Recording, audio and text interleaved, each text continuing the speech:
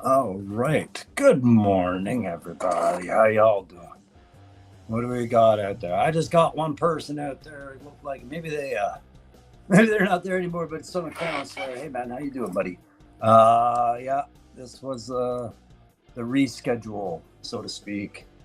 Couldn't get on in the morning. Had to go do some stuff with the kid, but I'm not flying alone today. No good Joe Bro flies alone for 2 hours. They got no one to chat with, so I'm bringing someone in. Here we go. What's up there down south? What's up, everybody? Good morning. I hope everybody's more awake than I am. You got your coffee going there, bro, yet, or what? Dude? Mm. Got it, bro. Is that a nice coffee? Yes, it's the only Oh, way I drink it. it must be really hot down there in the south to be drinking iced coffee. Holy cow. No, I drink it this way year round. Oh, yeah, you're a fan of that stuff, are you? Yeah, in the winter, I might make a cup that's uh it's always hot, but I might not ice it all the way down. Mhm. And this is just coffee. This is just black coffee and ice. Yeah, we're not carrying over a big bender from the night before. Although it does Uh, feel like I just saw you, eh? yeah, it really does. Yeah. I don't have any breaking news this morning. No, no, nothing really came up. Actually, something did come up after I got offline with you, It- but it's yeah, not huge. overnight too. Yeah, well, it was I after I left you guys, I was shower like washing up, scrolling through, and I can't remember whose news feed I saw, whether it was Artist Shark or somebody else giving an update on some of those Joe rumors, right? Well, not rumors. I shouldn't call them rumors, but the wave release rumors that probably are very true. Right. But one of them was about the recon sniper. And again, I don't know which person I saw this on their stream and I overheard it. I was so tired last night, but female, Yes. 60th anniversary female sniper. So that's interesting that they went that way with it. Because they just did a shooter. You know what I mean? Yeah. That was. I think that come out a few days ago that it was Mm. going to be a female. Now you Is it? saw when we were talking about the stinger right Okay. last night. Did you see you were still there then, right? I might have been phasing in and out. It was a long night last night, man. Yeah. Oh, it was even longer. It Yeah. got even longer. No, the You images of the stinger, like the box art, mm. the actual box for the stinger come out, and um, who somebody else. I'm not up yet. Yeah, yeah, And yeah. overnight, a new image of Marauder Sarge come out. It looks like in the box. Yeah, and the torch in the dock, like that was Artist Shark. I did see that. Okay. But I didn't know that there was already discussion about it being a female sniper. I just thought it'd be interesting because I think that's the first time in any of the anniversary line where they've taken one of the core four and gender switched it. Unless I've missed a whole Yeah. bunch of stuff, like it's just the only one I can call to memory. Like I remember seeing these every 10 years, and I don't know if they ever had it. So we're gonna say hi to the chat as guys are chiming in. We got Son of Crown Slayer, of course. 3-star draw is sitting right beside me, and he's still participating in the chat. Even when he's half asleep, guys, he is actively on these channels taking care of things. He's like half moderator, half human. Riley Cross is here. Good morning, Riley. Good to see you. He's here in Ottawa with me, up north here, and we got Okay. Bobby Wald up here. And yeah, so That that was was. it. Go ahead. I was gonna say that was it. Bobby's comment there. That was the other one. The retro trooper was the one we saw the card, the image for Yeah, last I night. gotta have a look at that. I didn't see it. Is it a way different color set, or is it passable with the other trooper? No, it looks good. It's a dark, like a deep blue. Um, yeah, it. He says he's hoping it would have been a little more retro. They could have done a little more with it, but I think it looks really good. It is different from the Cobra Island Trooper. Okay. They used, I think they used what did we determine? They used the body of its Stalker's harness. It's got Stalker's web gear and the officer, I think, or I think it's the officer body. I don't remember what we picked it all apart on there last night. Yeah. So But it officer looks good. stalker webbing, and then What's the weapon loadout? This was what I was curious this time. Like, He does come with the laser LM or SMG like from the cartoon, mm, which he absolutely should. He comes with, I had to pull it up here. He has Spirit's sniper rifle, which is great because it's the best one in the whole line. And he has that I guess it looks like the 45. It's the same one Stalker and one of the Snake Eyes has. It's like the 45, almost like a long slide with the rectangle, the square silencer. suppressor on it. Yeah. Yeah, Okay. and then a knife. Yeah. So Son of Crayon Slayer wants to know if the blues are the same on the Trooper, but you're saying they're a bit darker, maybe? They're all symmetrical. Like they're all, it's all one color. They do look like, I don't know, now I'm looking at it, they look like maybe they're a mix between like a darker like the original Trooper and maybe actually a touch lighter now that I look at it, because it's the same color all throughout. And Yeah. the web gear is black with gray accents. Like the buckle is gray, the sheath is gray, the knife handle got pouches on his shoulder, and looks like he has a flashbang or smoke canister, and that's gray. It really stands out. Armbands on the left arm look gray. Um, it pops. It's a good looking figure. Yeah, I was just seeing if anything got leaked online, and I don't really see anything leaked online, like as far as images yet. But I mean, that's just a quick Google search, unless I'm looking for the wrong thing. But yeah, I'll have to wait and see what that's It's like. if you pull up, I don't think, do you do Instagram? I don't even remember. I If you have do, my Instagram, but I wouldn't say I am very active with it. Like okay, I don't. It's linked to a few things. I'm not active on my Facebook, although I have an account. yeah, I just keep that for my Messenger, and for occasionally looking at Facebook garage sale. But okay, the Instagram, I follow a bunch of people, but I don't post a lot of stuff. okay. If you Chaz the Guru, he Yeah. shares a lot of these. He has them up on his Instagram. Oh, okay. Uh, he's got images of Torch in the box, um, that Doc, the Marauders 2-pack. Yeah, I think I was just on Robert's Infinite Realms was streaming this morning, and I was just on there prior to getting ready for this one. And yeah, I think that was the image he had was from Chaz the Guru, probably, Yeah. because we were having a look at that.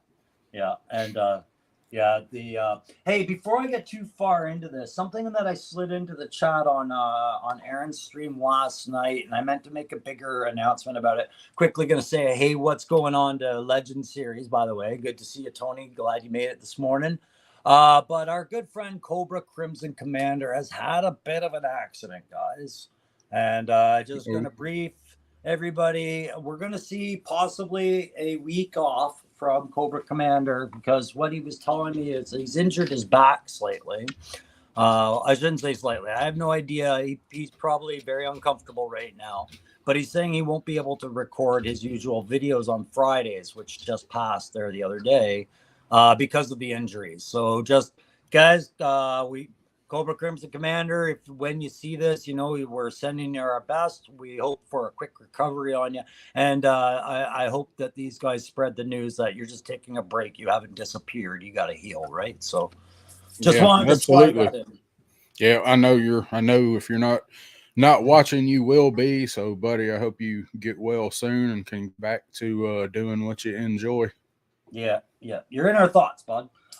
So what was we know you guys are in the in the comments right now, and you're seeing everything right now, you know that Aaron is probably going to pop by here shortly, and we'll probably just carry on with the good times that we had last night. But the last night was last night's, and today is something different today because we're gonna talk more about Yojo June and kind of the things we want to see coming out of it and things like that. And I'm gonna show you guys some of the vehicles I'm working on and things like that. I was just gonna have an average paint day, kill 2 hours, and be a chat bro, or a bro dude, or a dude chat bro, whatever it is. But yeah, what's your plans for today there down south?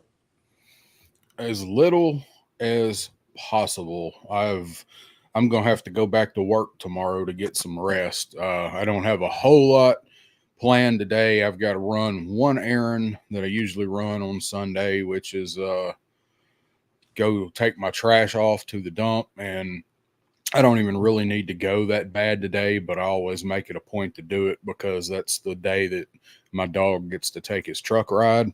So, Yo, there you go. That's so the main thing I got going on today is I'm going to try to, sorry about that, but that was loud. Try to get this dude open and get all of my, get him filmed and get a video out on him. So yeah, I was gonna say you're not doing that now, right? Like that's a separate video. I'll do that later. No, I'm not. Yeah. I wouldn't even try to do that right now. Oh my god, but I can't wait to see that video. I have never bought any other figures other than the standard what you can find in the store, legends, classifieds kind of stuff, right? But the NECA and the Mezcos and all these things have eroded me, just completely eroded me. You know that I'm going after a McCready if I can find a good one at Joe Fest on a fair price.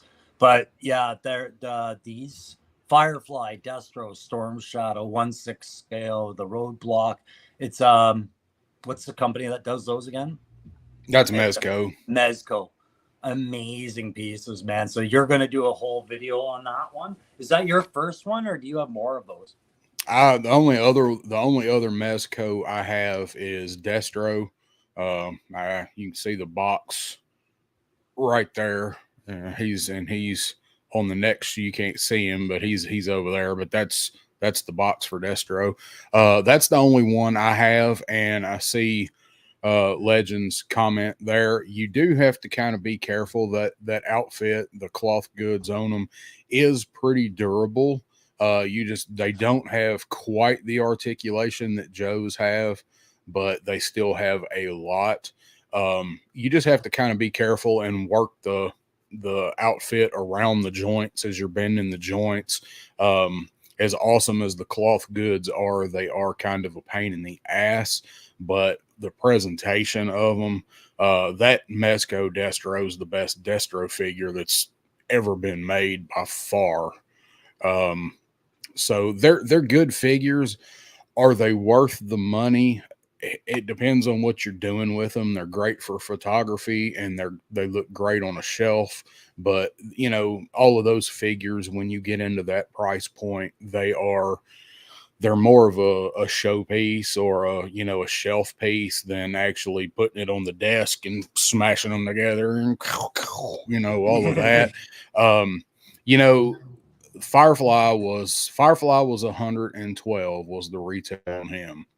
I think when Destro come out originally, he was 100. The Destro figure is worth every penny. Yeah, and from what I've seen, Firefly is too. There wasn't was it Big Bad Toys?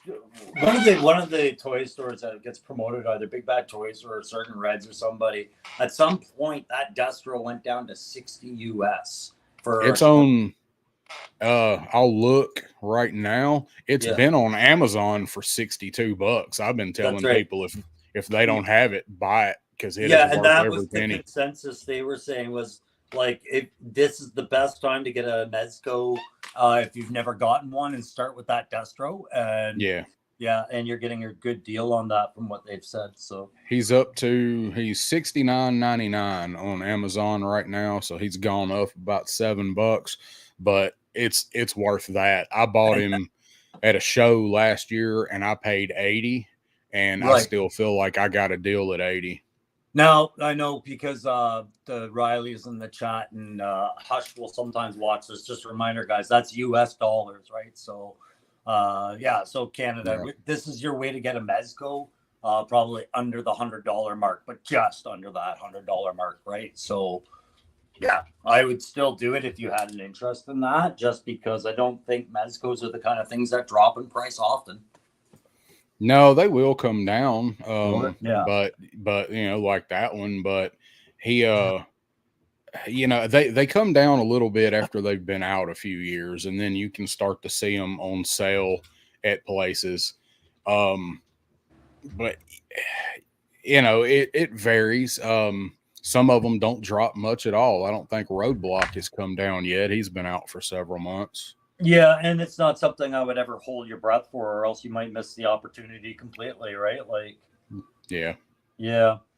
But yeah, I see Legend Series comments there for your break and stuff. For me, it's all the little loose accessories and where I think I'm intelligently placing them so I don't forget about them, and then I immediately forget about them and can't find them for months.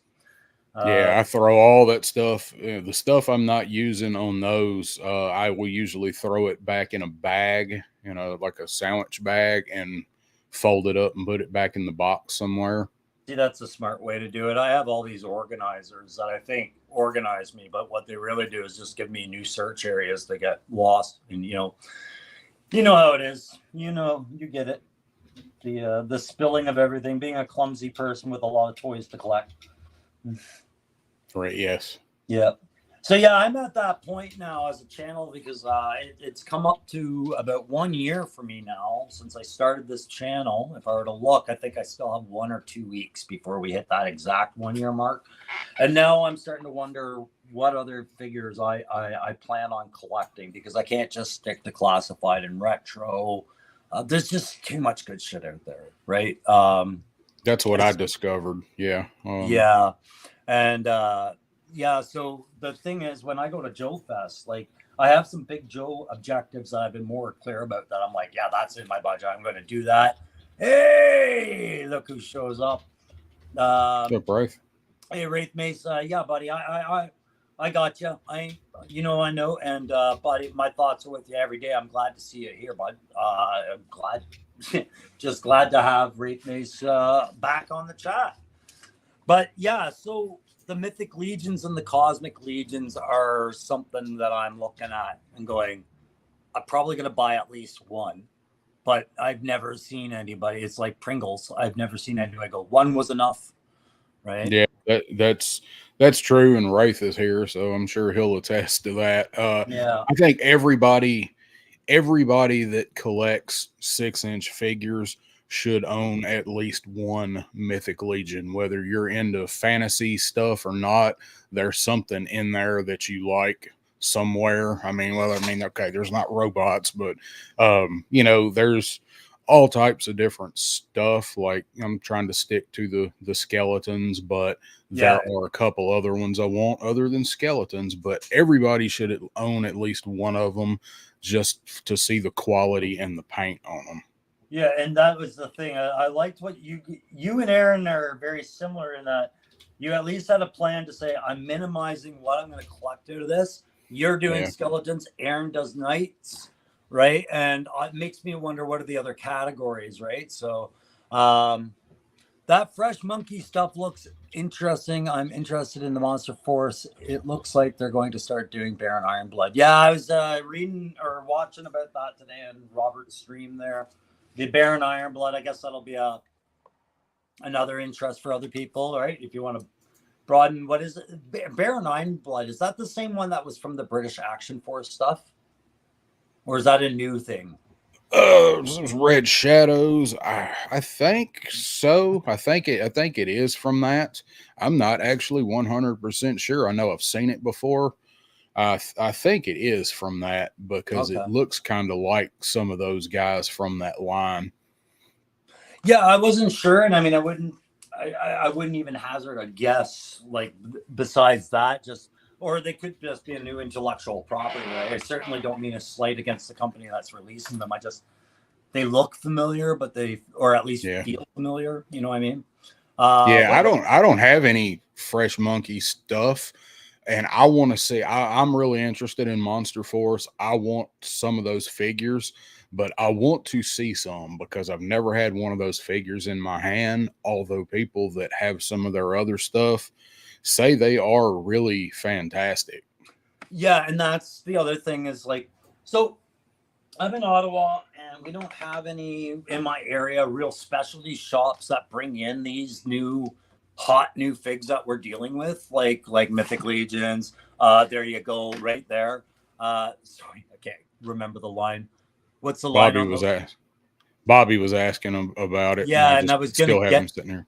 what company makes the Anubis and Beset again? This is the Four Horsemen. This is the same, Yeah, Mythic Legions, but this is the Figure Obscura line. Figure Obscura, thank you. And so we don't see that up here at the shops that I go to. So a lot of the things I'm trying to keep in mind is while like these figures, I keep going, well, that one's not interesting to me enough to buy it. And I hear the price tag and I go, scoff, right? I realize when I get to Joe Fest, I'm going to pick one of these up and then I'm suddenly going to get what everybody else is getting and be like, yeah, it's Yeah. absolutely worth the money. Mine, right? Like, and yeah, Monster Force, things like that. And so that brings us always back to that constant topic that I know I love, I know Legend Series loves, and other people, that brain cannon and shelf cannon. Once you start buying these things, are you getting a different shelf for all these lines, or are you mashing all your figures together? At some point, I want to see what the options are that people are going with that. Like at some point, I feel like somebody who doesn't like to mash lines has no shelf space left, and they start mashing their lines, right? That's what these shelves that I recently brought in that Voltron's on, that my shelf up top up there with my skeleton guys. So right here, this is all my Mythic Legion skeletons, and then as you go down, it starts with my Figura Obscuras. I'm trying to keep that shelf just for those. Although I started this to put all types of skeleton figures on it, not just legions. Like Yeah. I've got this scare glow that I got to get up there, a couple other things, but I would really like to keep that shelf as legions or Four Horsemen stuff. But as you go down, like I got Voltron, I got my He-Man stuff, I got Ghostbusters on the bottom. Yes, at some point that stuff will have to get mixed together unless you've just got a huge infinite room or an entire garage or Or living you win room the you're turning lottery. in. Yeah, Yeah, exactly. yeah. It's space is an issue. The only thing I won't mix anything, I will not mix anything with my classifieds. That's what this room started out for. And as my interests have spread out, it's stuff that I really like, and I want it in here with me. And I want to look at it, and I want to grab it, and I want to play around with it. So that stuff at some point is all going to get mixed together. I'm trying to figure out how I can put another set of shelves in here, but I don't know where in the world I could.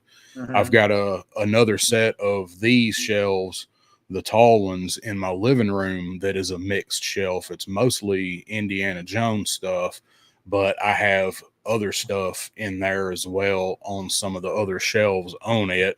They're kind of a catch-all for my other stuff, but that's really the only stuff I got in my living room. Like a lot of stuff in there because my dog is in there. I'm dog hair, I'm constantly sweeping. That room gets dustier.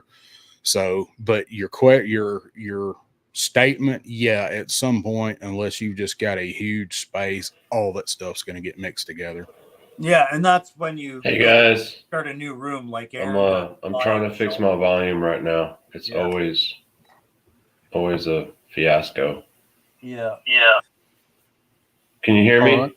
We Oh yeah. can, but you've got a lot of lag. Hopefully that'll just shake out as we get going here, like it did last night. I might have to pop in and out. Yep. If you got It it, sound good. yep. It's Make sure weird you because correct. right before I came in, I was messing with the new camera and the definition and everything looked good right before I entered the studio, and then bam, when I'm in the studio, it looks all laggy. It's weird. Sorry, I gotta call up this comment, Bobby. I'm not sure what you mean on this comment. You just got a letter from Hasbro about joining Lenny, Tony, and a new Cobra recruit. Are you going to be the new spokesman for Hasbro? Like, what's this letter? You have to explain that. But yeah, good to see you, Aaron. You look like you just woke up as well, buddy. Yeah, I literally was like, when I first texted you this morning, I was like just getting out of bed. So Yeah. Same. it was a good night. It was a very productive night. Had a lot of messages. Did you? mainly was, for people wanting that shirt. Yeah. Okay. So if same. Didn't catch us last night, we were on last night. Aaron did a stream last night. We were in the chat last night watching Aaron's stream, and he had a couple of guest announcers show up and do some stuff. And, these shirts showed up. And so you have to watch the stream to understand the shirts. But those shirts are available, I understand, are they not? Yes, they are on the Toy Enhancer Facebook. Yeah. Just leave me a message, shoot me a message there, and we can hook you up with one if you must have one. And me and Crow will be handing a few out at Joe Fest just to random people. Oh, there we go. Hey, cool! I got a job. We'll both have jobs. You got to earn your room and board. yeah, there we go. Right. Oh man, I've got my own StreamYard banner on me here. Let me just get rid of these banners. I'm not quite sure how to get rid of that. You can go into somewhere in settings. Yeah, that's what I'm trying to do. I'm just oh no, that's almost removed myself. I heard you guys talking about the reveals and whatnot. I do have a picture of that Sergeant, man, Sergeant Slaughter. If you guys want to take a look real quick. Sure. Hang on. I'm going to give you the screen while I frig with it. I don't know if we can get it on there, but pretty much, yeah. Yeah. I'm just going to try and get rid of the stupid banner that's across my face. Okay, so you do see he comes with, dude, it looks like he comes with a soft bag, man. Yeah, Diddy. That's his itty bitty ditty bag. Itty bitty ditty bag. All right. Yeah. He does have some weights. I assume they're the 90 pounds. I can't see it. I assume that's the 90. 90 pounds. And hang on, my phone went up. Hang on, give me a second. He just I'm stoked. Now I did zoom in, and I'm pretty sure that does say Marauders on the little package of the dude up there, and they did change that because that was one of my things. Is like, oh, they better not give us the same one. It better be a Marauder. Yeah, they did. They changed it. So I'm excited about this fig. I like the way he looks. I think all the Marauders put together will look good. They're going to look better than Night Force, that's for sure. Yeah, I'm down for this. I'm into it. I wasn't into the Marauders much when I was young, but man. The only one I had was Mutt. Was the only Marauder, and it's just because I love Mutt and Junkyard. But I will probably, I don't know if I'll pick up Spirit and Low Light, at least not at first, but I probably will get Sarge because I really like Sergeant Slaughter, so I'll probably grab that one. Yeah, he's definitely a good guy to have. I mean, well, I'm not going to kid myself. I'm very sure I'll end up with the team in my hands if they're made available. But if any one of them are made too difficult to get, I'm not going to kill myself over it. Like like we said, the repaints for that line, it's a weird colored choice. At least they kind of balanced it out more in the modernization than they had in the 80s. Because in the 80s, that was a weird colored set, the way they balanced it. Yes. But now it's like 50-50, 75-25 balancing. So it looks better. I like it. I'd grab my Mutt if he was accessible. He's in this room, but he's 3 totes down at the bottom. Okay, so this is what Bobby was getting at. He's a Has Plus member, and they sent letters reminding you about their fan streams, right? They're going to do a Joe fan stream on the 4th, is it? Tuesday the 4th, right? And now they've got someone else joining the team. Okay, so what that means, what that looks like, no idea. I guess we'll have to wait till the 4th to find out. Could be a temporary joke, could be a real thing. I have no idea. But thanks, we don't Bobby, know. that. We don't know. We don't know what the story with Emily is. The word around the campfire is she's just overworked because she manages all the brands, not just Joe, and she's got to get all of those brands ready for SDCC. That's what the rumor is. So not to spread it, but that's what's being said. I don't think anybody knows. That's and so somebody's filling in for her right now. Yeah, and you can just see how the rumors will get run rampant over why, right? Yeah, I mean, Emily's not, people have their feelings about her. I think she's fine. It took me a while to warm up to her, but I think she does a good job.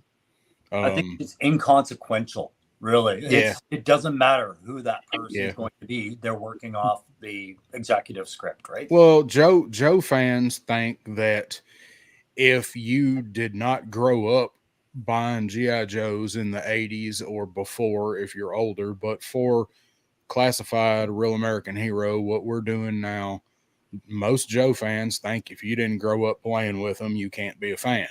And that's bullshit. It is. If we don't get new fans, these characters will die with us.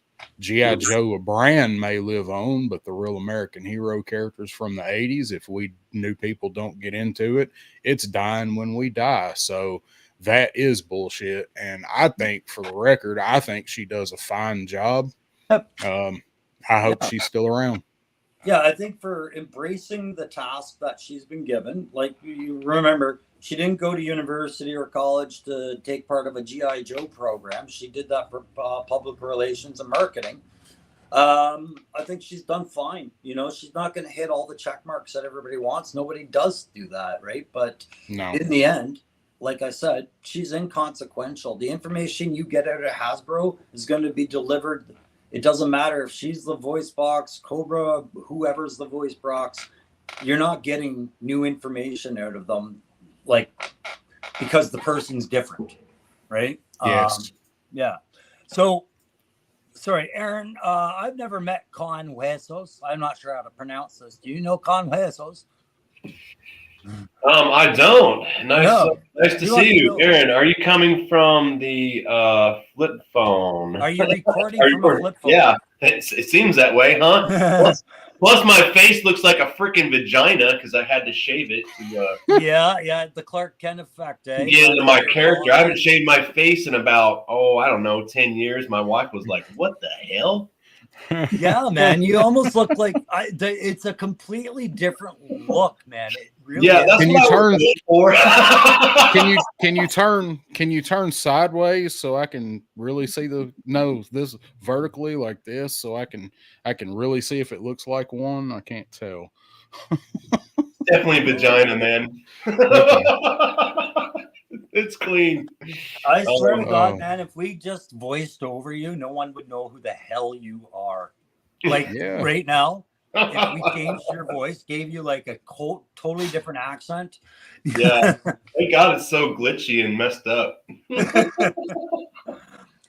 Let's see.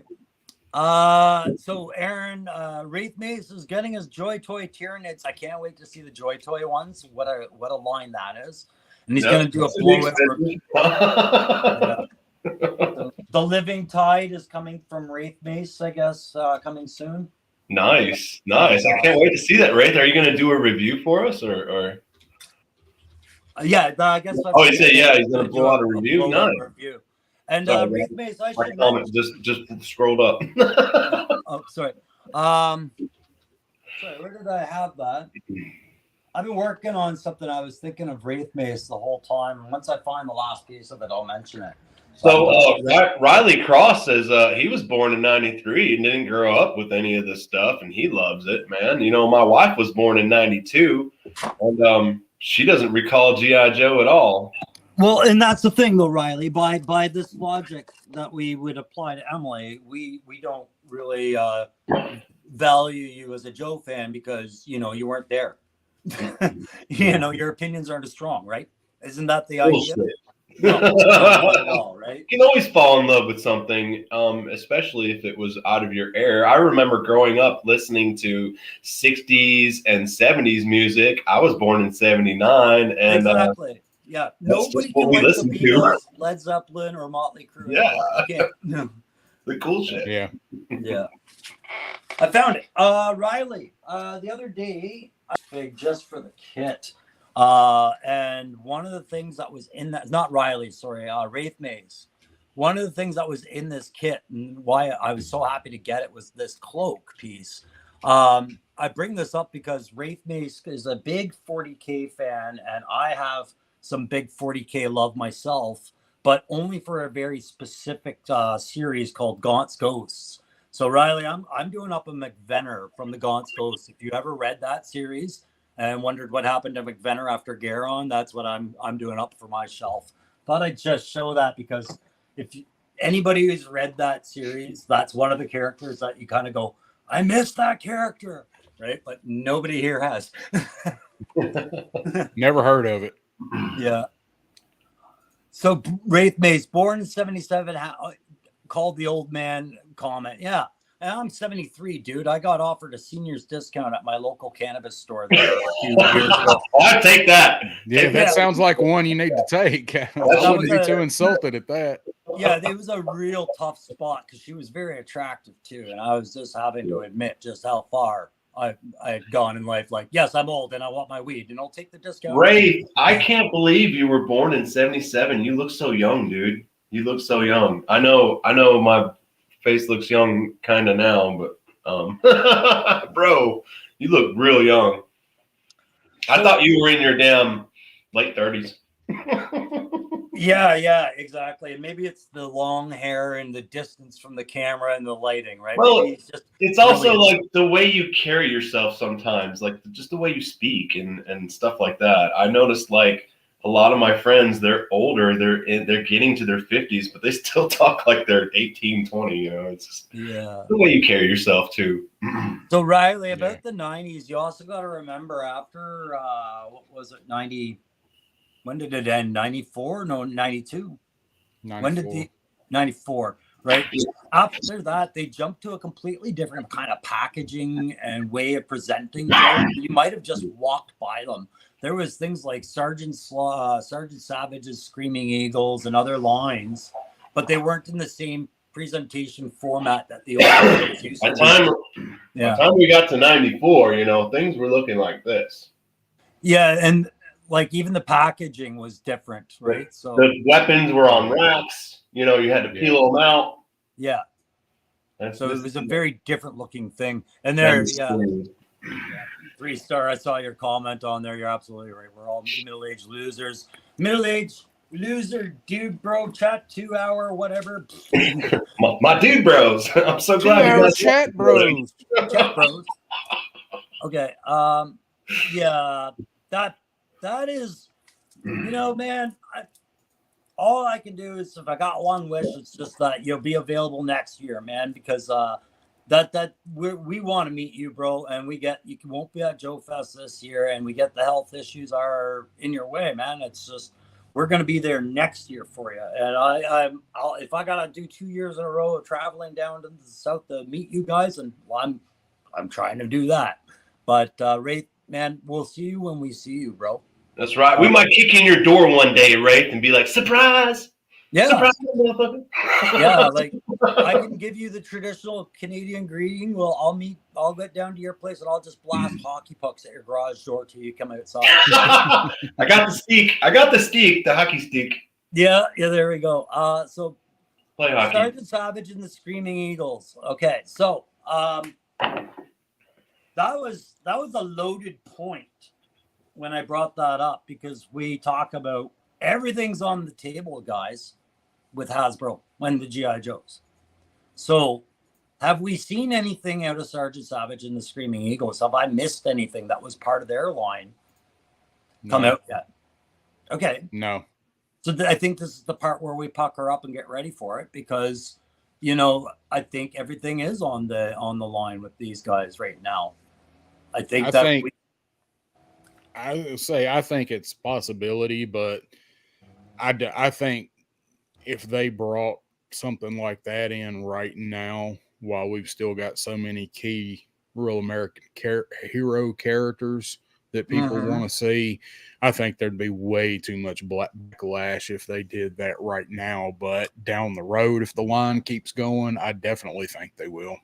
So I look at characters, and sometimes in some eras, I'm not sure I understand what their actual relevance was, like how popular they actually were. And maybe I'm misunderstanding Starduster, right? Because to me, if Starduster can get the attention from Hasbro, then I think anything like G.I. Joe Extreme, G.I. Joe Sigma 6, G.I. Joe Sergeant Savage. Well, here's a perspective from a big time vintage collector. There we go. Point of view. With Starduster, everyone in the vintage community definitely hunts for that character. It is hard to find, hard to come by, and is one of the grails of the vintage line. Starduster, you will not find him complete for no less than $300. I guarantee it. I've been searching. Sometimes you can find them a little bit under $200. But man, I'm one who, like, I've invested tons of money in my vintage collection. I've been doing it all my life, basically, on and off.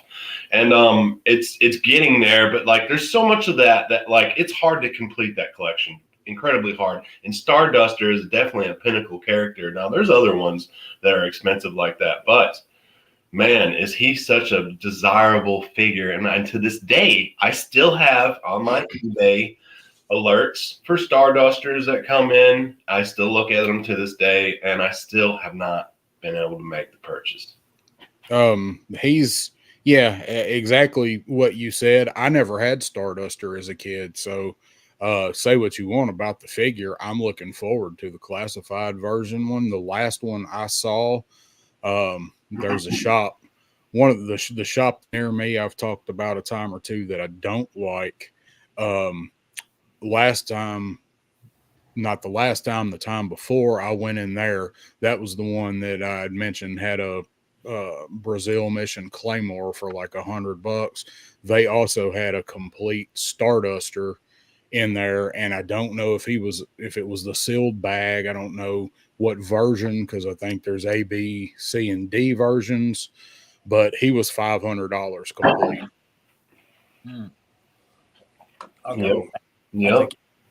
I've seen them even go higher. I've seen Stardusters, sell for like $800 with the jetpacks and the damn card or whatever comes with them. All these different things, because there was so many different. There was 3 different versions of them. Sometimes he came with that little pack where you could put 3 Joes and you clip it on your belt. I remember that. Yes, I have a few of those, man. I like them because I did wear that as a kid. I did put my 3 figs in for the day. I did meet up with my buddies, and that thing I love, man. I remember telling my mom I needed a belt so I could clip it on, and she would insist that I could just clip it on my pants, and you couldn't. There was I had mine on the front bars of my bike. Yes, my buddy did that. There was a couple different versions of that thing that came out too, that different looks, and I think there was a different model of it at one point. But that thing was awesome, man.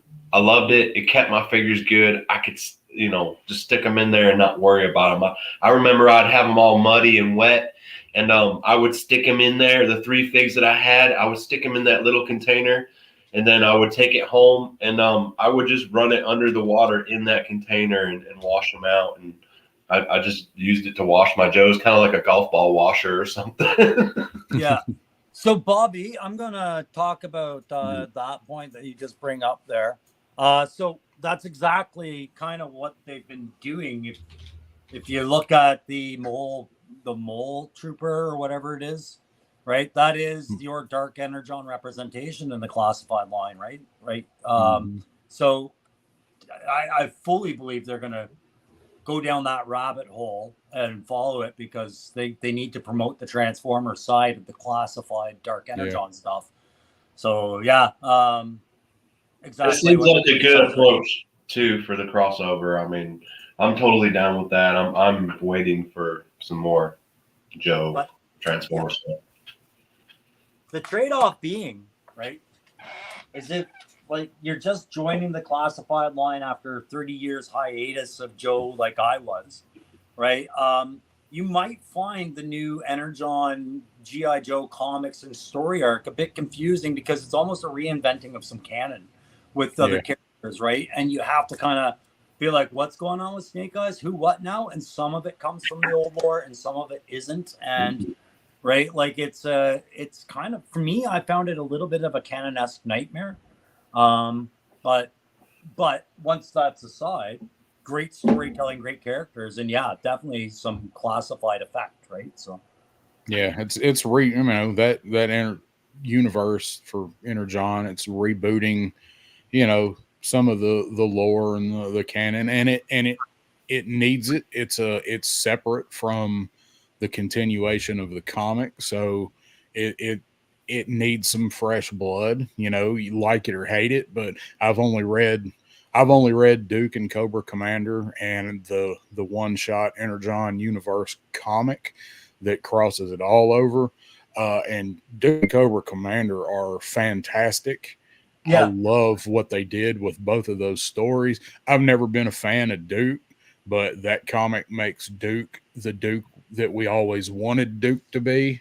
Yeah. But in those comics, the characters are the classified designs. Like, Scrap Iron shows up and he's the classified Scrap Iron. Snake Eyes is one of the classified Snake Eyes. And we get this variant of Duke in there, right? Yeah. Mm-hmm. Yeah, I haven't read the Duke comics yet, but yeah. Yeah. You need to pick the Duke ones up. The Duke. I'm definitely going to.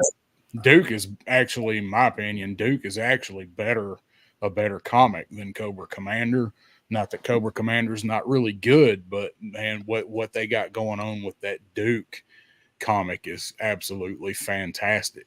And there's some more reinvented canon because some other characters get developed through that dark storyline. Hey, did you back the G.I. Joe comic Kickstarter that launched? The mega compendiums there.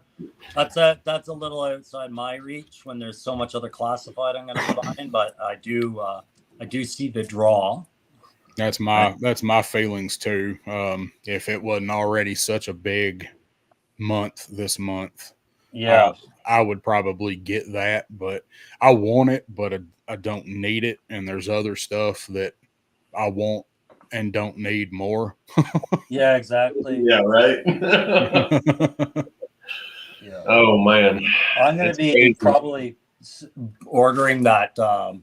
It's on the Hasbro site, which is one of the only places I can find it. I can't find it anywhere locally, but their role-playing game book, their core rule book, has been described as having some of the best art and one of the best reads, regardless if you play the game or not, when it comes to just a different angle on Joe. So I'm going to order that, and I'll probably do a review on that before the fall. But I saw somebody review that Kickstarter concept and what they were doing, and it sounds like all the comics get covered, right? From Devil's Due, IDW, Marvel, everything like that. Am I wrong on that, or is there a gap that they don't cover? I'm not sure. I'm not that familiar with it. I know it's out there, but I'm not familiar with it. So I just know I've seen that too. It covers all the comics, so I'm not sure exactly. You guys know more about comics than I do. Yeah. Well, I just bring it up because it does have quite a price tag attached to it. But for that price tag, what you're getting is like Infinity Joe, basically. Yeah. Right? Yeah. Like all the Joe you've ever wanted right there. So. Yeah. Hey, speaking of Joe, I'm going to do a video on it later out in the wild, in the bushes, and do a proper presentation. But seeing as people are in the live today, I'm going to show a figure I completed. I'm going to show my dial tone. So we'll just get through the chat there really quick. Barely recognized Duke, and then Aaron. Hiring someone. He says, "Hey Aaron, I need some suggestions on hiring someone to make a custom figure in my World of Warcraft or ORC Rogue." Orc Rogue. Wraith. I mean, when it comes to figures, the best people I know is really Crow, and then I'd say Tony's Figs, man. But I don't know if that's a character that they. Another thing with customizers is like they probably want to know the character. Like not even. I may have seen that character before, but I'm not even like sure. Yeah, and the only orcs that I see in my area are either from the World of Warcraft line, fully painted with very little articulation. Four Horsemen has some orcs, right? Yeah, and McFarlane has some orcs, but they are 40K oriented with things that would be impossible to remove from them. So that's an interesting problem he's got there. Yeah, because I would have to start with some kind of base, some kind of format, and then I would I would start from the picture of the character and go from there. But actually, Crow is I've only customized a few characters when it comes to figs, but Crow is the man. I mean, I wouldn't even know where to start with that until he's real quick though. Well, hey, let's all have a look at that at some point. Yeah, so just really quick, I'm going to get this out of the way so at least I can feel better and say that it's been done for a little while and I showed it. I'm more into customizing vehicles. So this, I got some radio parts from Loki Wartooth, and I got myself a Cobra AK-47, and that was enough to do a Tiger Force dial tone, guys. So that's one of his. It looks so good. Heads. I'm just trying to get the light better. There we go. So Loki Wartooth's head, Loki Wartooth's vest, Loki Wartooth's radios. That back radio is sweet. It's awesome. Yeah. This broke on me, but it broke in a way I was able to fix it. But this can move up and down. I just got to be really gentle when I do it.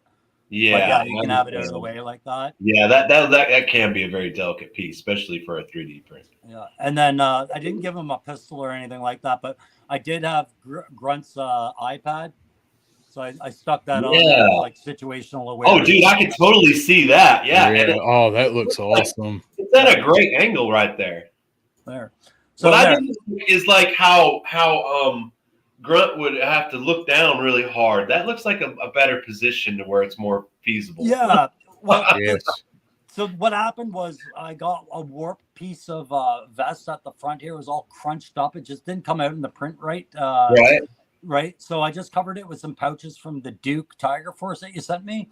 And he has that hole in the side for his binos, and this fit perfectly in there. Nice. Yeah. Man, you are a wizard with parts, man. I'll tell you that. Stuff looks great.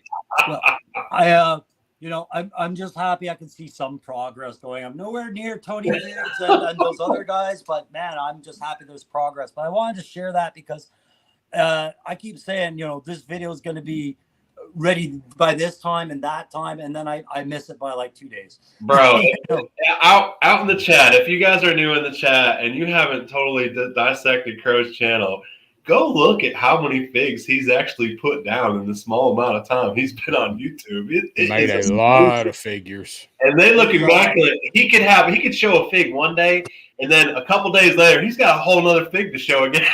Well, I'm not done. This is going to be that Arctic lowlight that I said I was going to do. Oh, yes.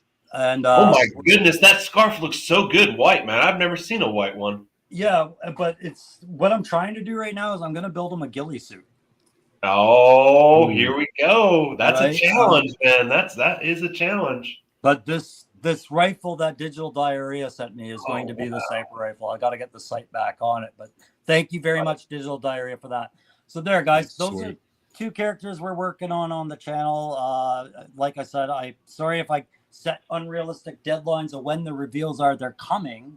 But the vehicles are really getting the focus right now. So that's my part on that. We'll get caught up. Stanley Haynes. Hey, I think you've been here before.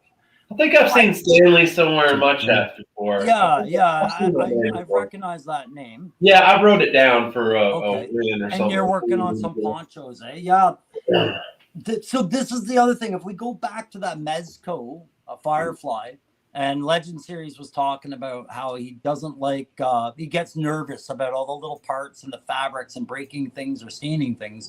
And that was the one thing I was saying, like the soft goods for Joe Classified that started to switch over to like, if you look at that Desert Soldier, putting fabric in with there, right?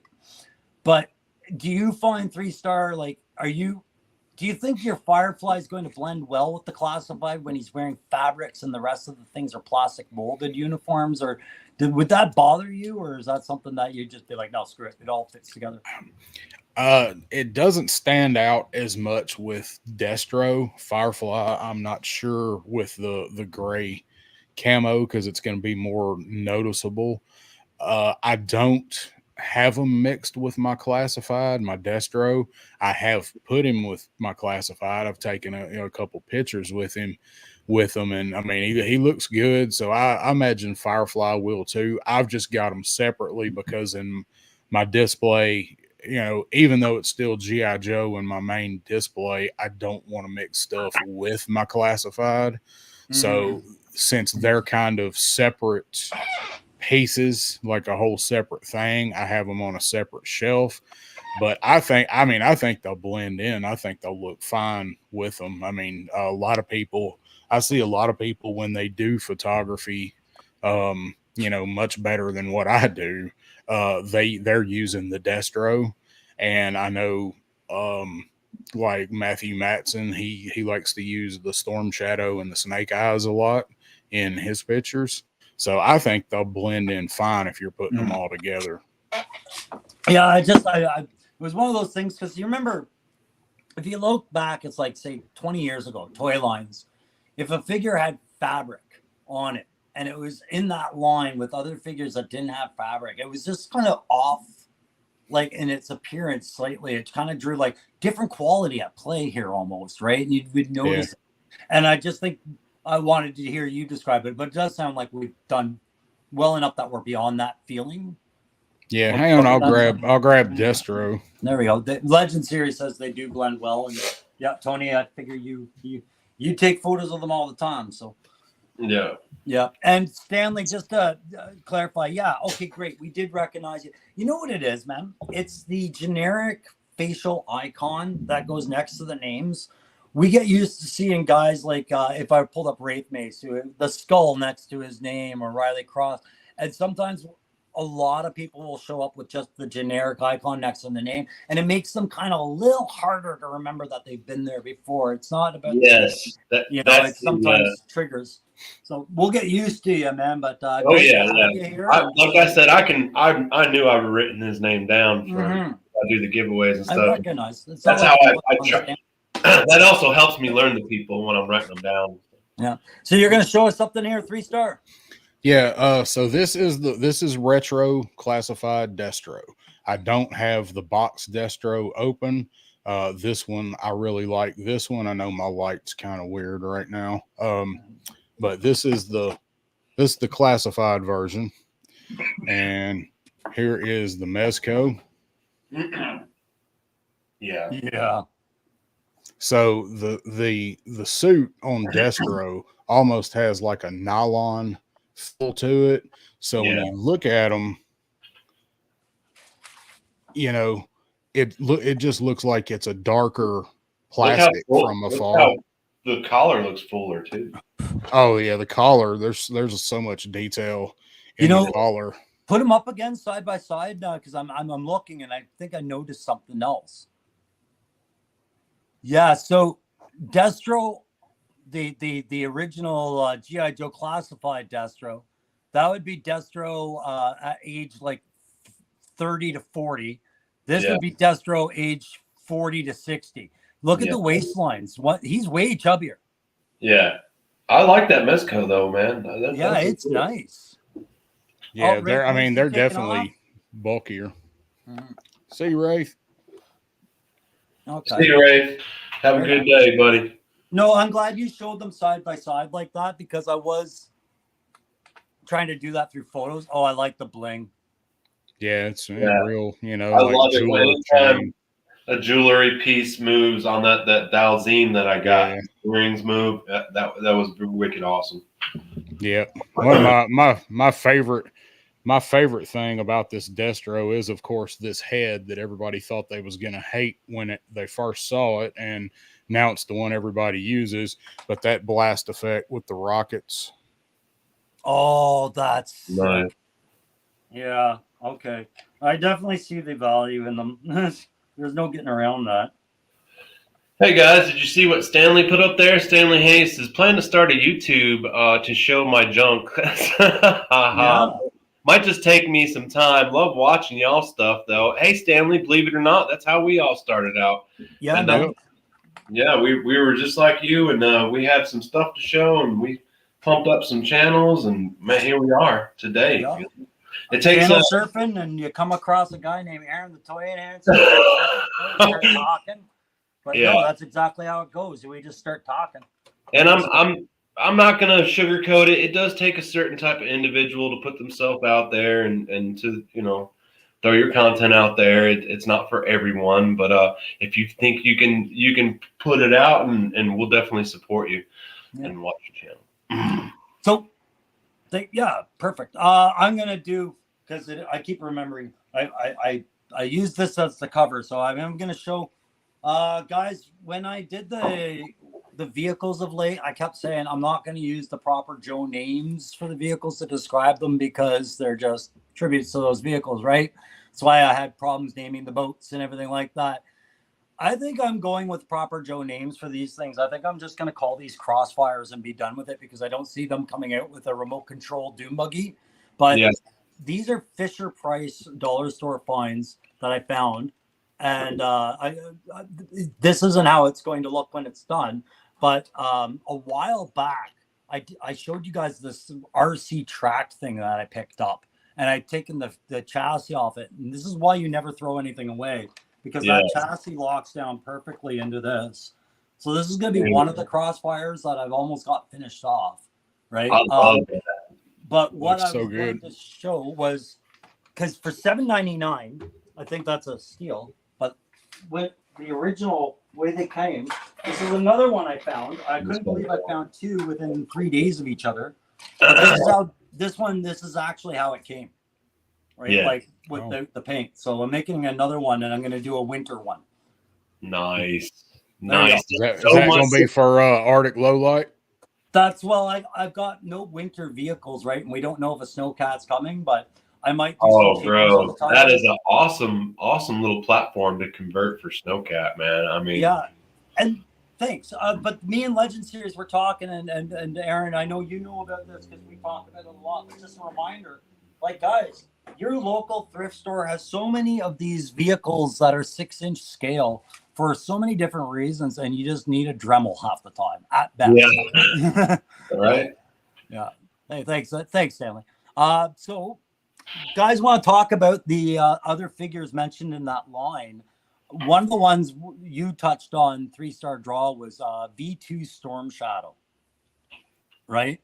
And I'm excited to see that, because I felt like that was long overdue. Like, we needed that before we needed a retro card Storm Shadow or that winter one. Yes, the Arctic. Yes, my V2 was one of my favorites, only because I didn't never get the original Storm Shadow. The V2 was my Storm Shadow at play. Yeah. He was a bad guy in my world.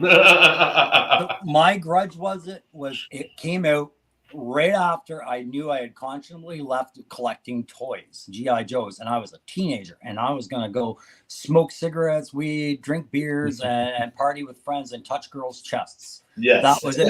That's all we cared about for a good 20 years. And I remember my uncle and aunt had just moved back from Germany with my cousin, and we were helping them move into their place. And my cousin's birthday was coming up. And I saw they had bought him some G.I. Joes. And on the top of the G.I. Joes they had bought him was V2 Storm Shadow. And my whole world fell apart. I was like, what? No, I'm a man now. I want it. And then it's like, why is it? Well, for my world, because I never read comics, but I was like, why does it have G.I. Joe on the logo? Yeah, it was card, but yeah, that was the confusing part too. Wait, Storm Shadow's a good guy now too? Wait, what? Yeah.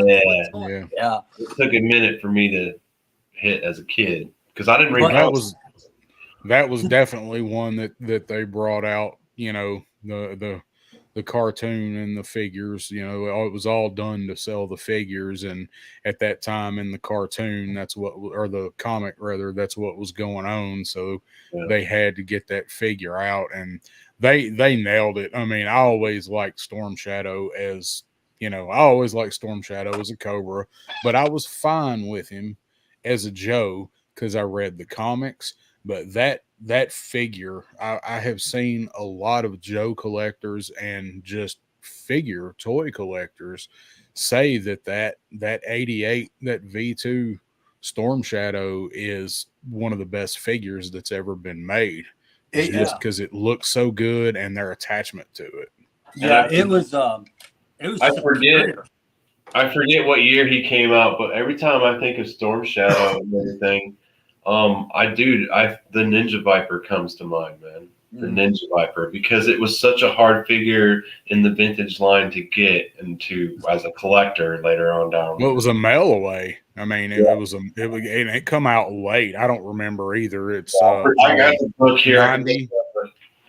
I think it was close. You know how I feel about the Ninja Viper. Like, as cool as it is, to me the concept is puzzling. Like, isn't it cool enough to just be a Viper or a Ninja? Why do you have to be both? Yeah, I mean, how deep is Cobra's roster of criminals and shady people that want to join it, that they can have a whole crew of Vipers that are just ninjas? They should be able to conquer the world. But it was another chance to get the Storm Shadow mold. Of course, it was purple. Yeah, well, but it was true and blue Storm Shadow mold. And we were getting it later on down the line. That's what the exciting part was about it for the Ninja Viper for me. And I'm surprised that we haven't seen him yet.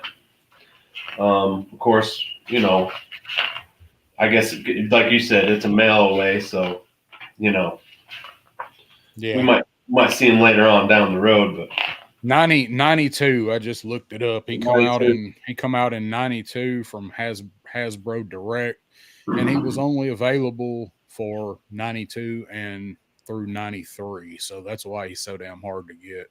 Well, I never had him. I was through collecting. I had 2 figures from 92. I didn't even know. I don't even know about this guy until years later.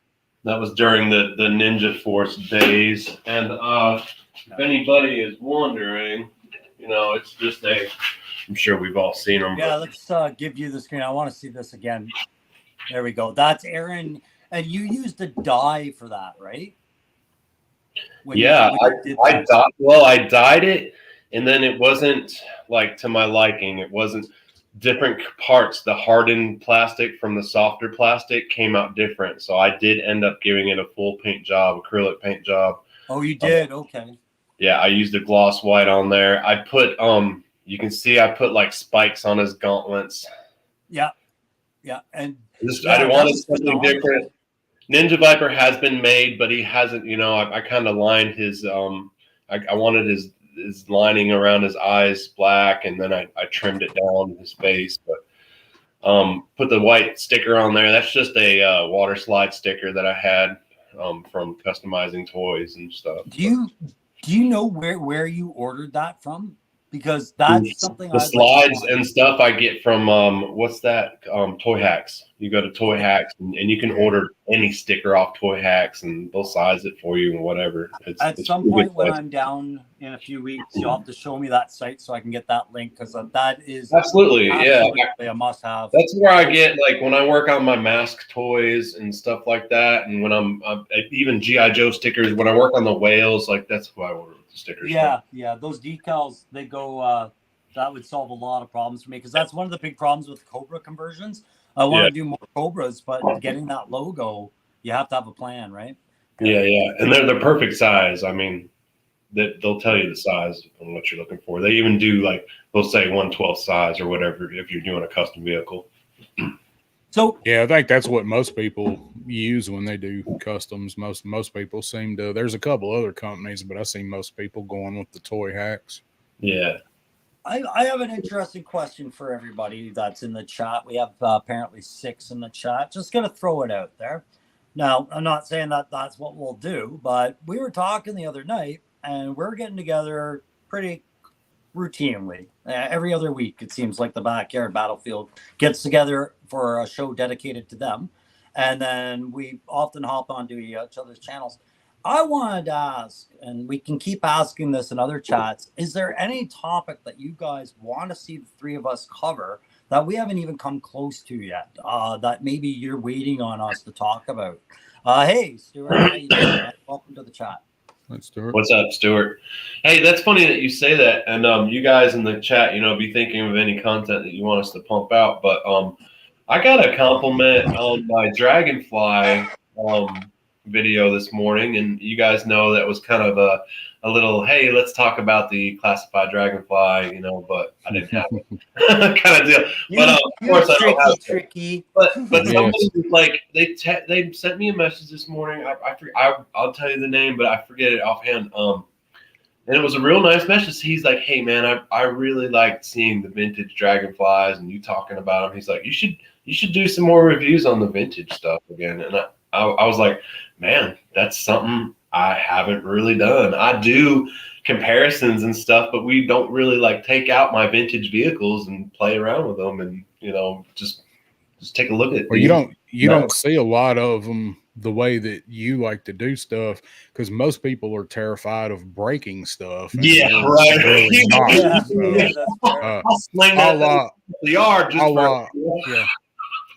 My poor Doc figure that I've had for 40 years that I broke trying to put in a fucking Ecto 1 Ghostbusters car. I do live in the world where everything is replaceable. And we're going to find I do not. Edgy with my toys, but and that being said, it puts more fun into it. But yeah, I have broken some things and been like, damn, we gotta find. Yeah, that's going to be expensive. we gotta find 3-star another Doc to replace that Doc that fell trying to keep it content alive. There he is, being rushed back to the firehouse. He's applied his own tourniquet, hasn't he? Yeah, I put him in there, and I'm like, all right, well, he's just going to stay in there for now until I get the O-ring Ghostbusters figures. Hopefully, their plastic will be not quite as brittle. Yeah. Hey guys, can you do me a favor, Bobby? I'm in the field. Check that out. Keep yourselves going for a few minutes. I have to quickly run to the bathroom, and I just heard myself get called inside for a second. Okay. So I'm just going to take myself read this comment. Bobby Wald, I was just notified that Ramen Toys has some special event pre-order 180 for the Bridge Layer at Joe Fest. What? Hey, I got ramen in that line there. I don't know, man. Oh, come on, man.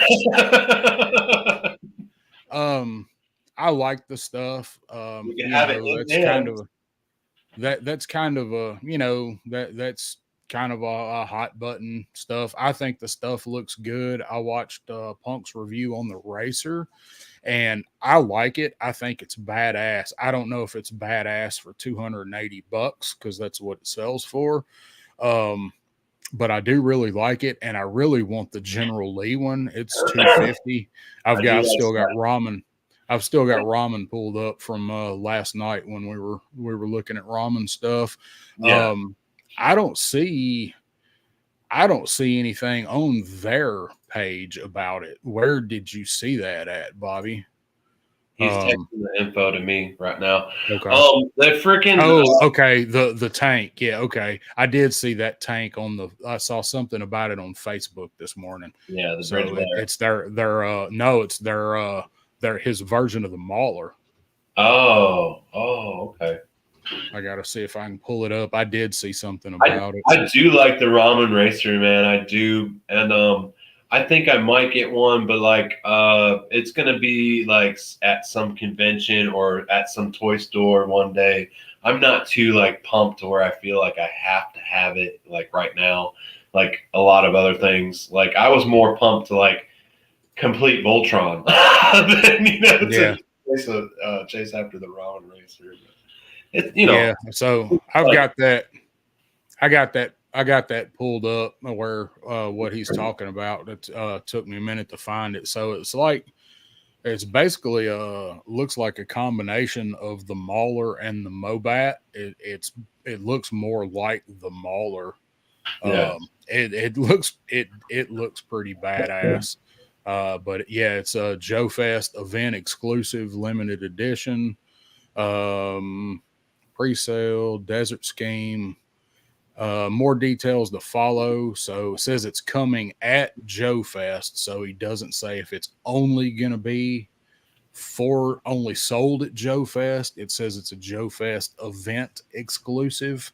Yeah. So that sounds like it may only be sold at Joe Fest, and if that's the case, I may have to pick one up, but he's not going to have it there. It's like all the ramen stuff. Like, hey, we're going to make this, and you'll have it sometime in the next whenever.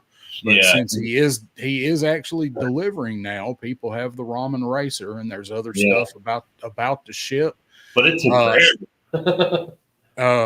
it does look nice. I ain't gonna lie, it looks pretty badass. Yeah. Son of a Crown Slayer. I see. Aaron, did you get your package? I did not get a package, buddy. And I got one that I'm sending out to you. It'll be sent out this week. So I got one I'm actually looking at right now that I've been trying to track down because I'm afraid UPS might have lost something that I shipped, and I don't have that happen. I have good luck using USPS. That's who I try to go. I've always gotten your packages, man, pretty swiftly. Like, yeah. Well, I mean, you're close. You usually have my stuff in 2 days. So yeah. But I send stuff all the time to Washington State. My buddy Jesse, we send stuff back and forth, and it usually gets to him within 4 days.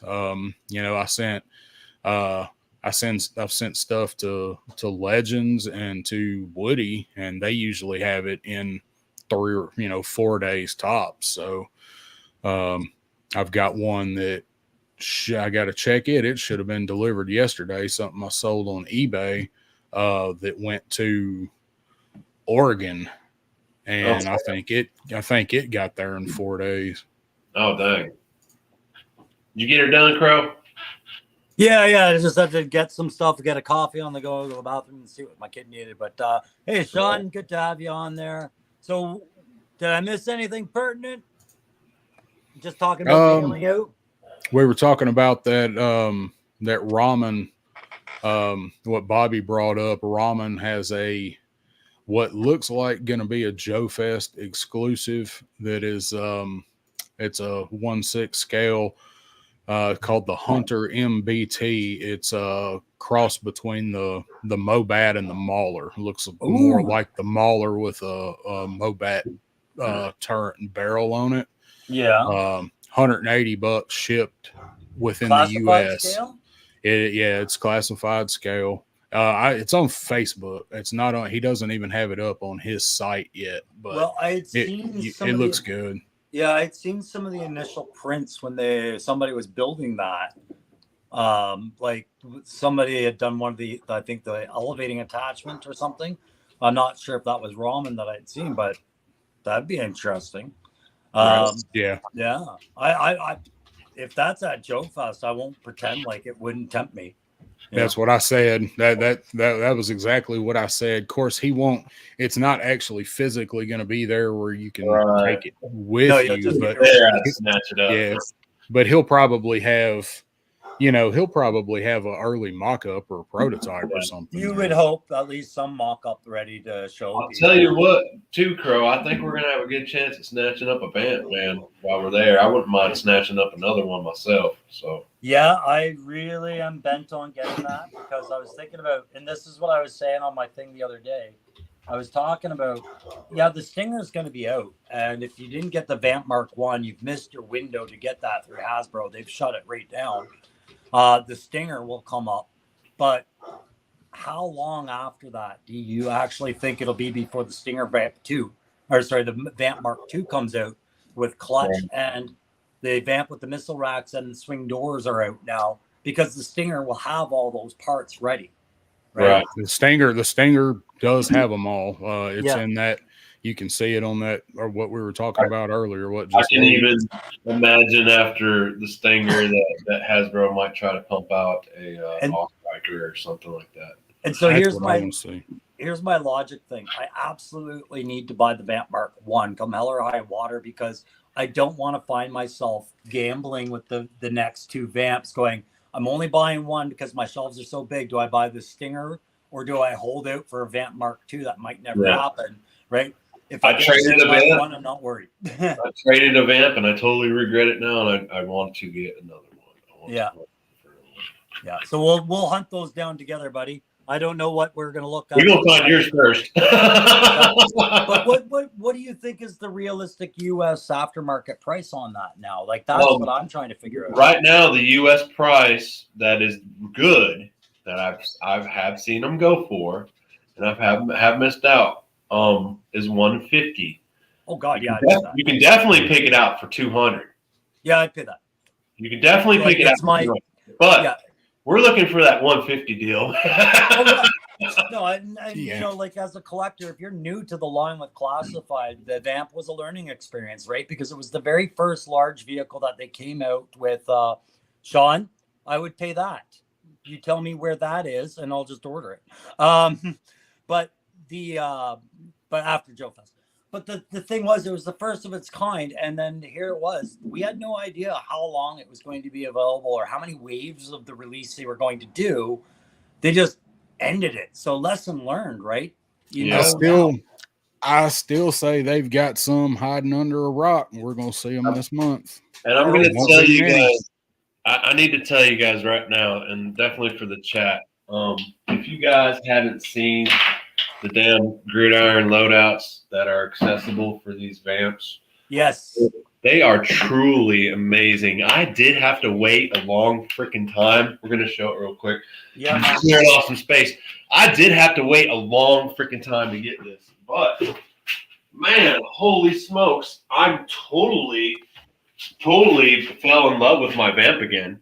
Even though I did a super vamp and I wasn't really...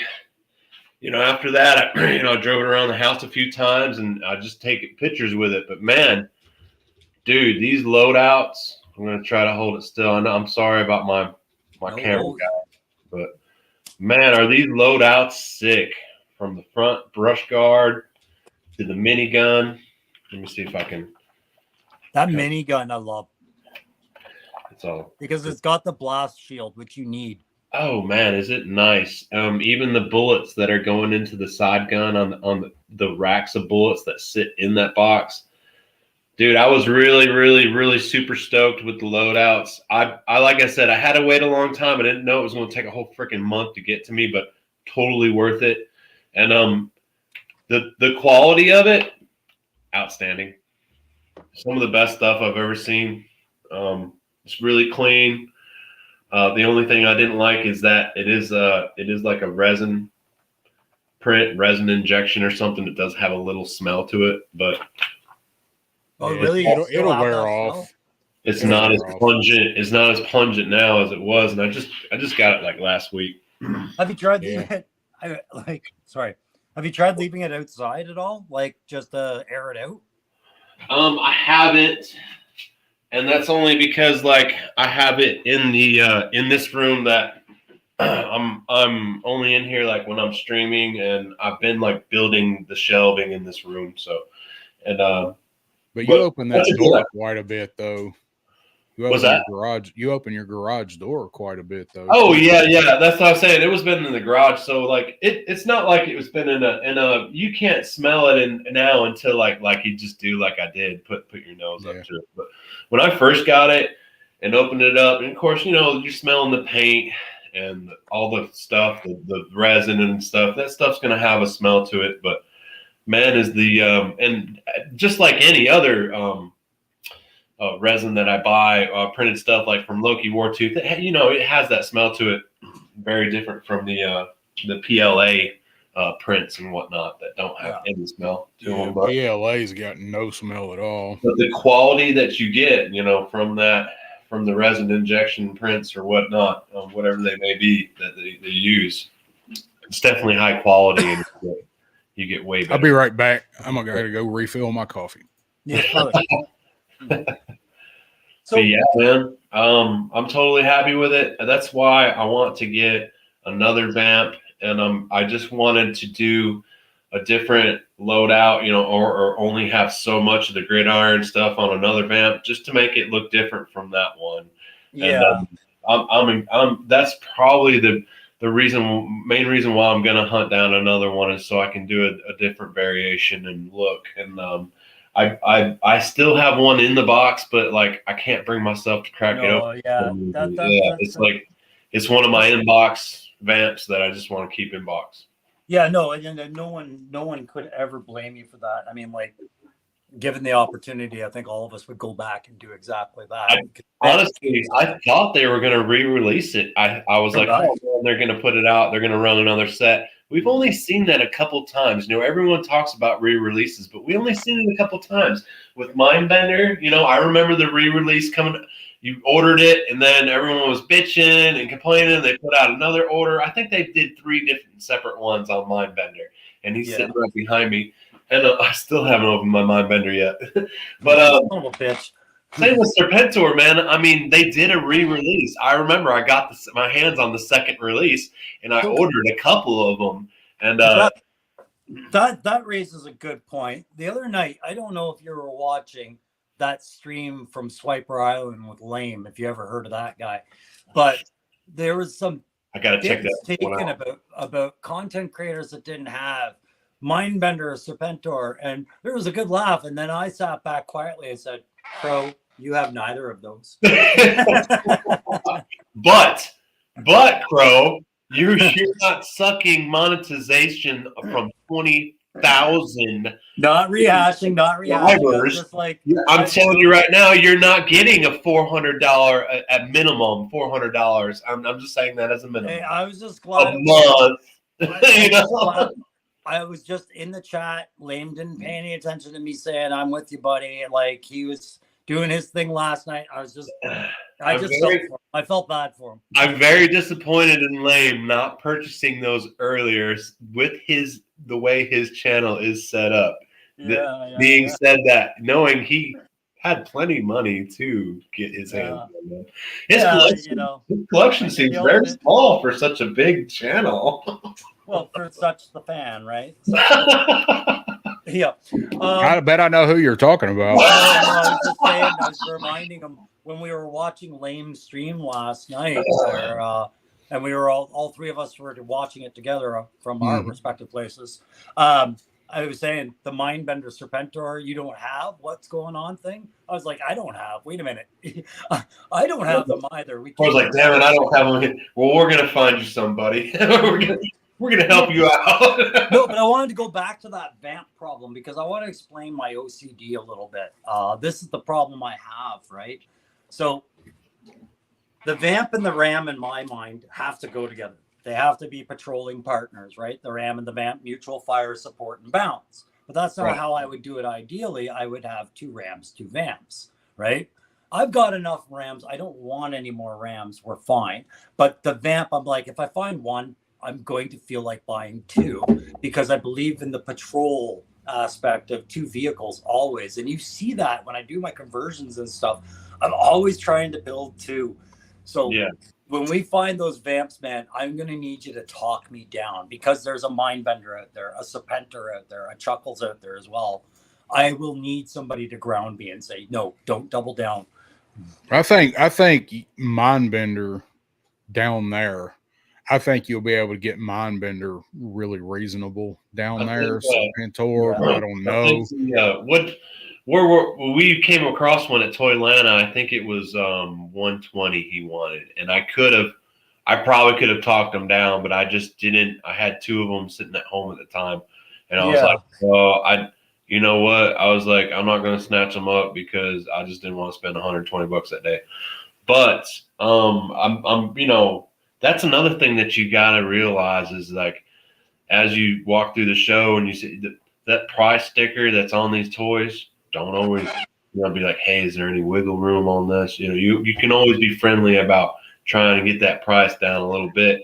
And almost every time I'd say that at those toy places, they'll come down 10, 5, $20 sometimes. They don't want to have to take that shit back with them, especially on that last day. And that goes back to what we were talking about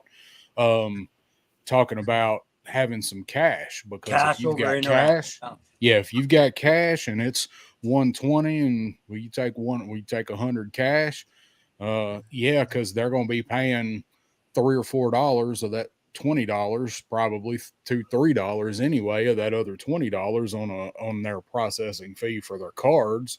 And if they're using a Square, which they will be, maybe the it's fee not for the only that. thing you're buying too, right? Maybe you're buying a couple things like that, right? Yeah, you always get a better deal if you buy more. So that's another thing to keep in mind. That's the thing about having cash, man. Cash really is king. And that's another thing. If you're looking at one fig and you see, you can be like, okay, well, how much for these 4? And you're just trying to get, cut me a deal on these 4, and you're just trying to get that toy dealer to, respond quickly to okay, let's do this.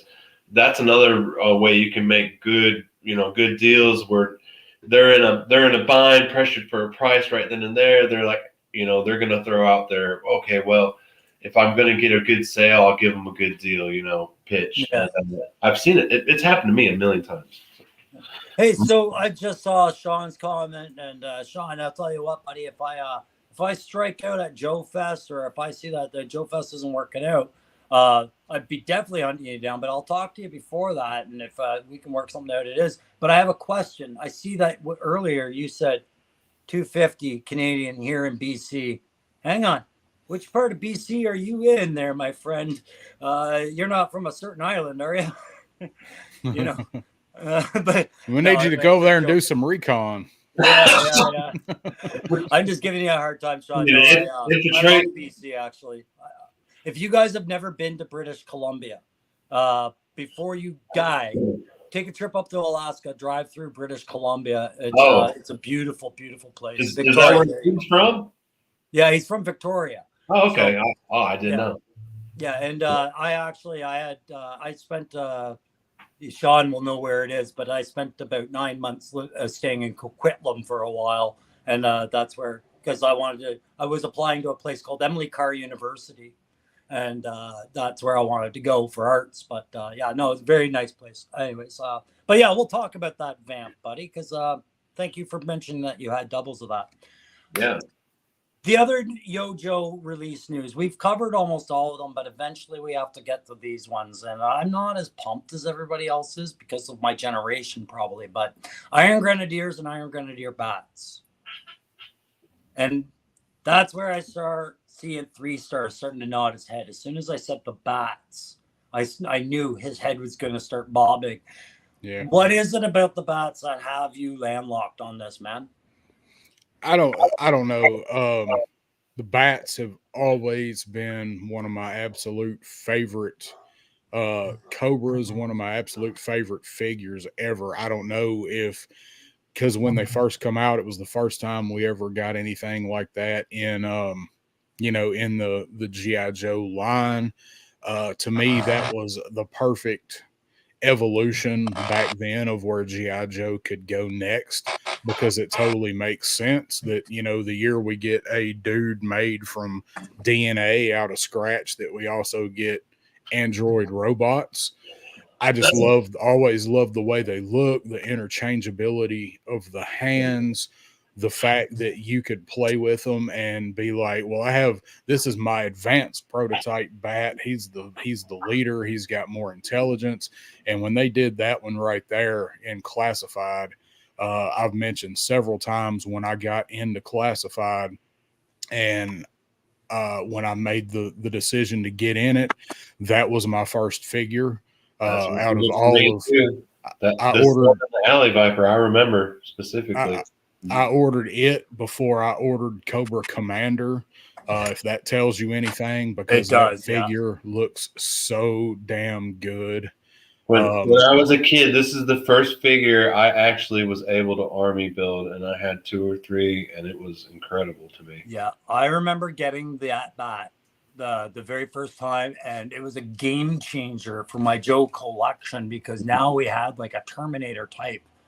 Yes, that just couldn't be brought down with simple bullets. Right? It was mindless too. It was like a mindless killing machine coming after you. Yeah. I couldn't troop build. I could never find more. Right, like the bat was incredibly hard to find in '86. We've talked about that before. Like that was the first one I ever saw, for whatever reason, I couldn't buy it that day. It was, I'm sure I was there with my mom, and she wasn't, I'd reached my allotment, or I didn't have allowance money or whatever. And I was so stoked because I'd never seen it. I'd been looking for it, and I took it and I hid it in the yarn section on the bottom underneath a bunch of big packs of the yarn. I'll be back, little guy. Yeah.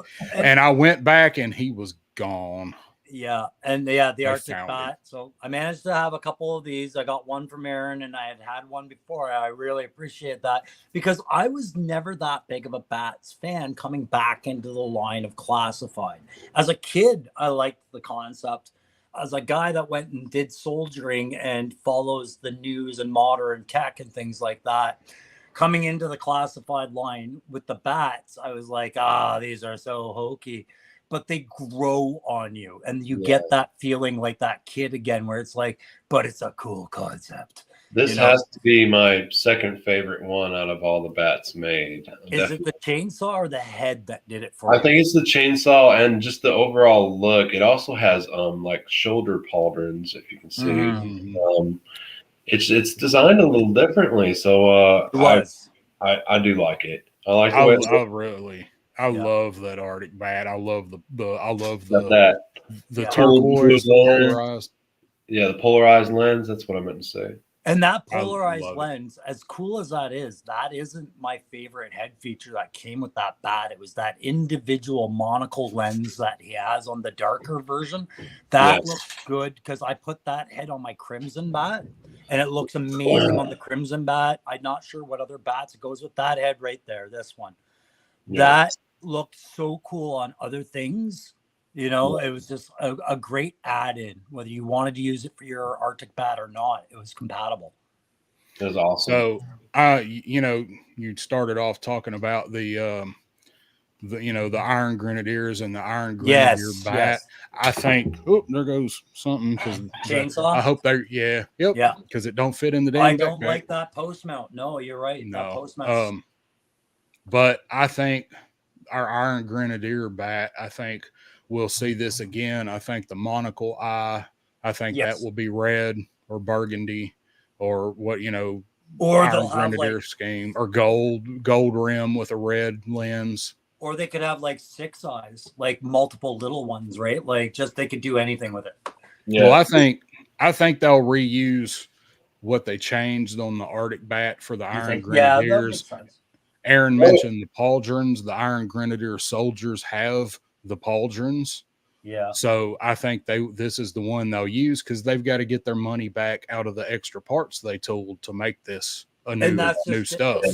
So besides the new paint and some repurposed parts, could you think we should expect some new bat attachments? That's the big one that I think they're really lackluster on, because they've made, with the Arctic bat, they did them in silver. With one bat, they did them in gray, and then another, they do them in another color. If they do anything, I would like them to throw in like a really good-looking blast effects with like a flamethrower for a bat or something like that. Give us a little something extra we haven't seen yet. We're getting Torch, so maybe they're gonna get their money out of that blast effect. Blowtorch is gonna come with it too, so.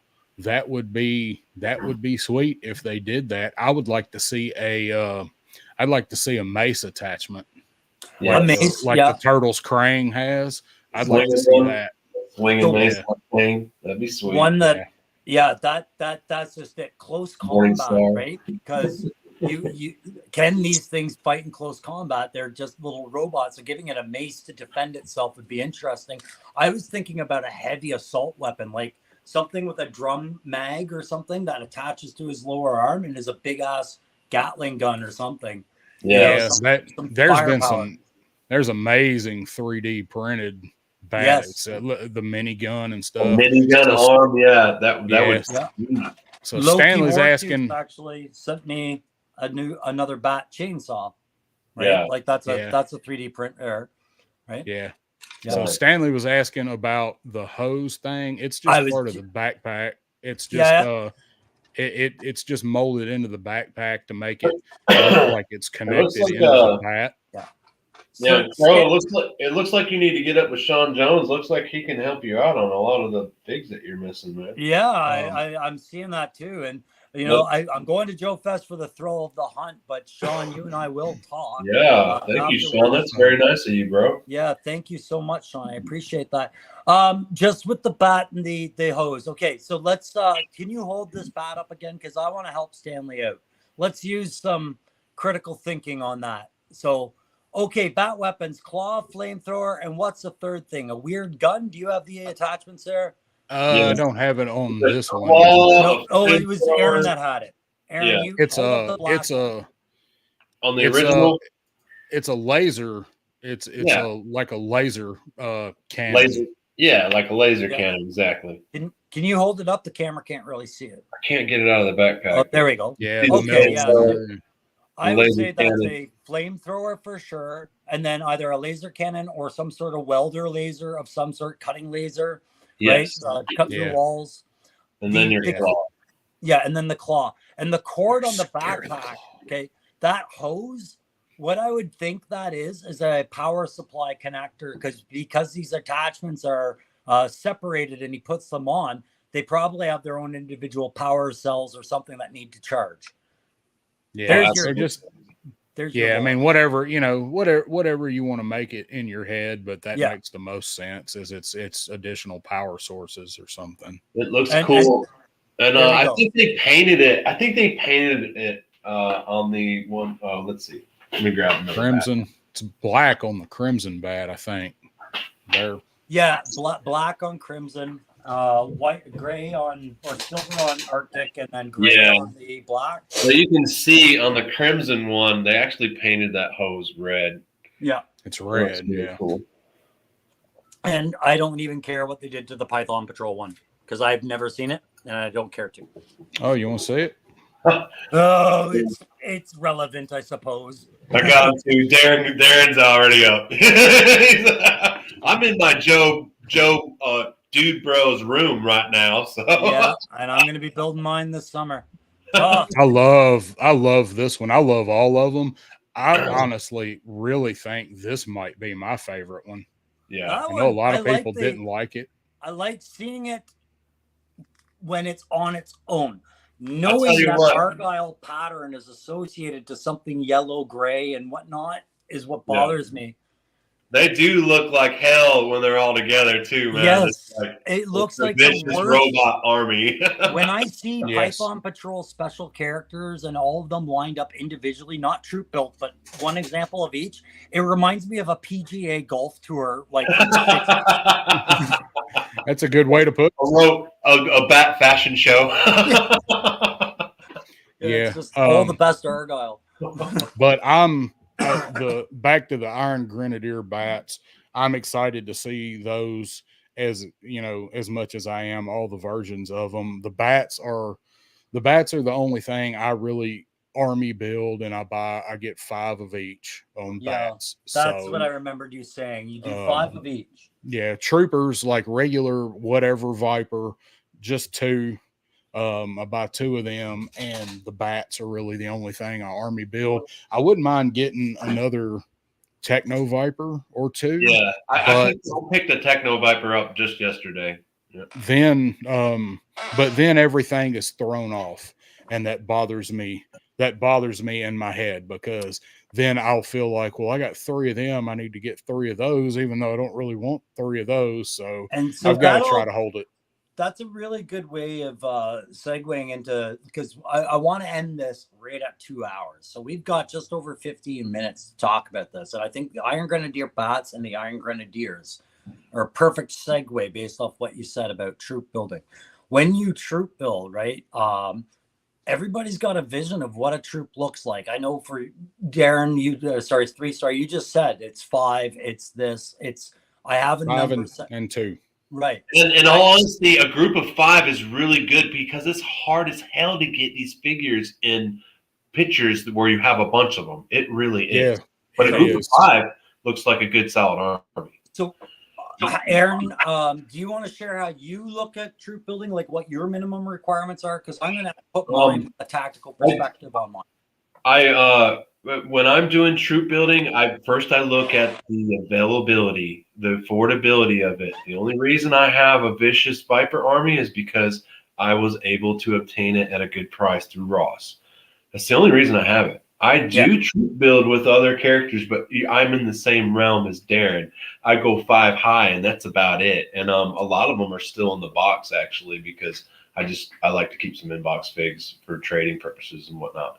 You never know what you run into down the line.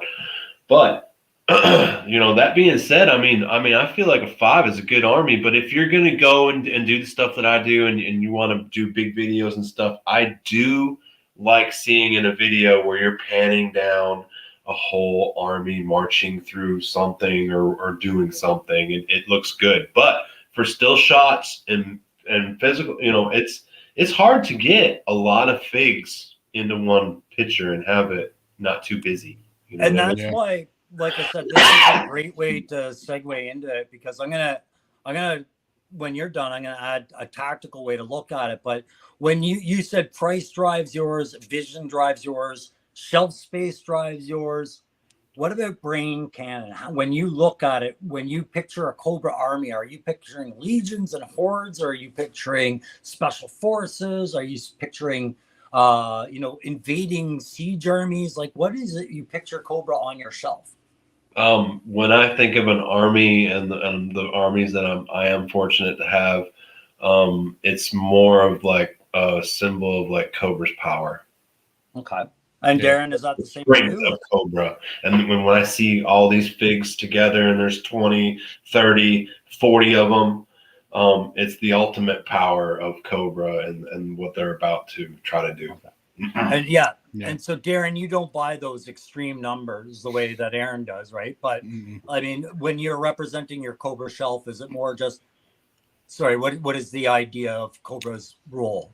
Mine, I mean, if I could find the deals on them that he found, so I mentioned Techno Viper compared to like what a Ross price would be. If I could find a bunch of Techno Vipers for $6, I'd have more Techno Vipers. Sure. In my head though, I see it more as a individualized smaller squad or a platoon or perhaps a battalion specialized for whatever the mission is. But overall, I see less of those guys and filled in with blue shirts or regular Vipers in my head. Like you might have 100 blue shirts, 50 Vipers, 10 Techno Vipers, 10 bats, something like that, just in my head overall for the vision of what Cobra would be.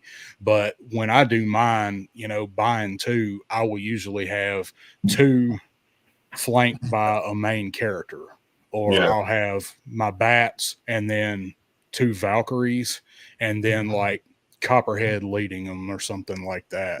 But for my shelf space, 2 is all I can manage. And we were talking about the blues. I know you guys were talking about them earlier before I popped in, the blue retro card. Yeah, because they're coming back. Yeah. This is going to be a moment where people, if they're willing to shuck some money at an army, this is an opportunity where the blues are very desired. I know that. Just if you're a true GI Joe collector, you want some Cobra blues. Yeah, and Aaron, you provided me with my first blues, and since then I've managed to get only 2 more to make it continue 5. I was able to do that because I actually found some blues in Savannah for like, they were $15 a piece or something, or $12.99. It was insane. I cleared them out. I took the 3 that were there.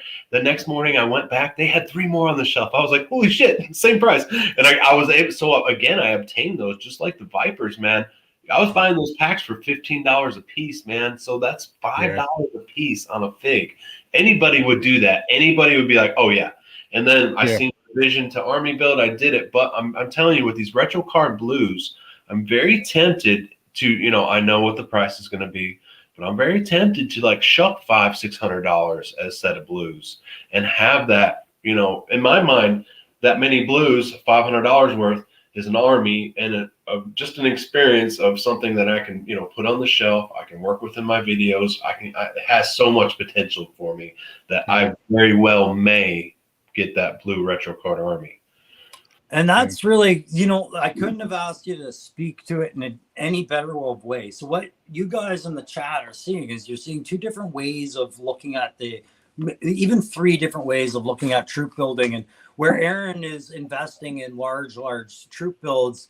3-star is looking at his shelf space and what he's contingent, and both guys have different visions of Cobra in their mind, and I'm going to fall in between the two of them and be the same way, right? Like most of us would be if we could be. Sorry, just angle it slightly, like 45 to the left or the right, because of the glare. Yeah, that's the hard time seeing it. Sergeant. Yeah, glares. My monitor glares. But I meant to say about the retro cards, because the retro card blues may be hard to obtain just for that reason, because people may be thinking the same thing. Oh, I'm going to army build. They are going to stay sold out in the beginning because of that very thing, because of the Cobra Island Trooper is so hard to get. So yes. There's that whole retro card thing is going to flow into what I was saying about the Iron Grenadiers and the Bats in a sec. Okay, so Iron Grenadiers and Bats are going to be classified release. You guys are talking about a retro card, right? Yep. Guys are going to want to troop build the Iron Grenadiers and the Iron Bats. So you can just already see what the pre-order war is going to be on who's going to get their numbers and who isn't, right? And then what's going to happen. And Hasbro, you can't tell me they're not going to do this on purpose now. They've seen it. That's fine. You won't get those numbers, but you'll get them when we do retro card of these two again, right? Yep. So the Iron Grenadiers will be a modernized version of the Iron Grenadiers. The Bat, it won't matter. You'll just get a Bat, right? But a retro card Iron Grenadiers, I guarantee, will be in the pipe for later, because they're going to clog the pipeline on these troop builds. Absolutely. When I do my troop building, I'm a lot more like Darren, because I'm more like, okay, there's a lot of Joes I want to buy. How many times do I want to spend repeating on one figure just so it looks kind of sensible on my shelf as a troop? Right. So what I look at is I look at squad formation sizes, ATs, and debts. So an AT to a squad is somebody from another unit attached to them. That's why they call it an AT. So that's where a Techno Viper falls in with, say, a squad of 4 other Vipers, and why you can justify only having one Techno Viper as a part of a 5-man squad. He's an attachment to that squad, right? A reconnaissance patrol is 4 individuals. A fighting patrol can be 8 to 10. Right. So you start looking at these numbers and then unique individuals. And that's how we troop build. I just bring it up because I think it's a very quietly done thing that every single person collecting classified right now is doing in their head when they're looking at their shelf, is trying to justify how little or how much troop building they do and why. And you can see all these different forms of collecting, it's really like, how much are you willing to put into it, and what do you want for your overall visual experience? What makes you feel good when you take a look at it, And for Bobby's story, I keep forgetting to actually answer Bobby's question. There is a green shirt for the Joes. It was Grunt. Yes. Yeah. But Bobby, that's a great question. Yeah. I know Darren's shaking his head. It's such a profitable opportunity for Hasbro to go ahead and make the damn green shirt. We've seen it with Super 7 in the small versions, all the different ones they came out with. Even if they just made 2 versions for classified, I don't understand why we haven't seen the traditional green shirt yet. I have a theory. I want to hear it. Well, I mean, there ain't much to it. It's just everybody wants them. How many of those guys are you going to buy that look exactly the same? And sure, you can mix and match, but what is going to make the difference in whether or not we ever see green shirts is whether or not they ever decide to do head packs. How many white and black soldiers can you have that look exactly the same? You need to have some other ethnicities in there. I want a 10 green shirts for an army. Well, all right. Well, are you gonna buy 5 black guys and 5 white guys? Well, it's a whole family, like Saving Private Ryan join up. They're all fucking quintuplets. That's the problem with it. You have to put other heads on there. I brought that up on my my video from yesterday, my whatever, the customs update or whatnot. That's what put it in my head. Yeah, the ethnicity, the branch that the toy creators make to their market to say, here's a white guy and a dark guy. Look, we're culturally sensitive. And then you do Parth Varma, who's neither of those things. Like, I'm telling you right now. Where's the Indian guy? Where's the Spanish guy? You know, where's the gentleman?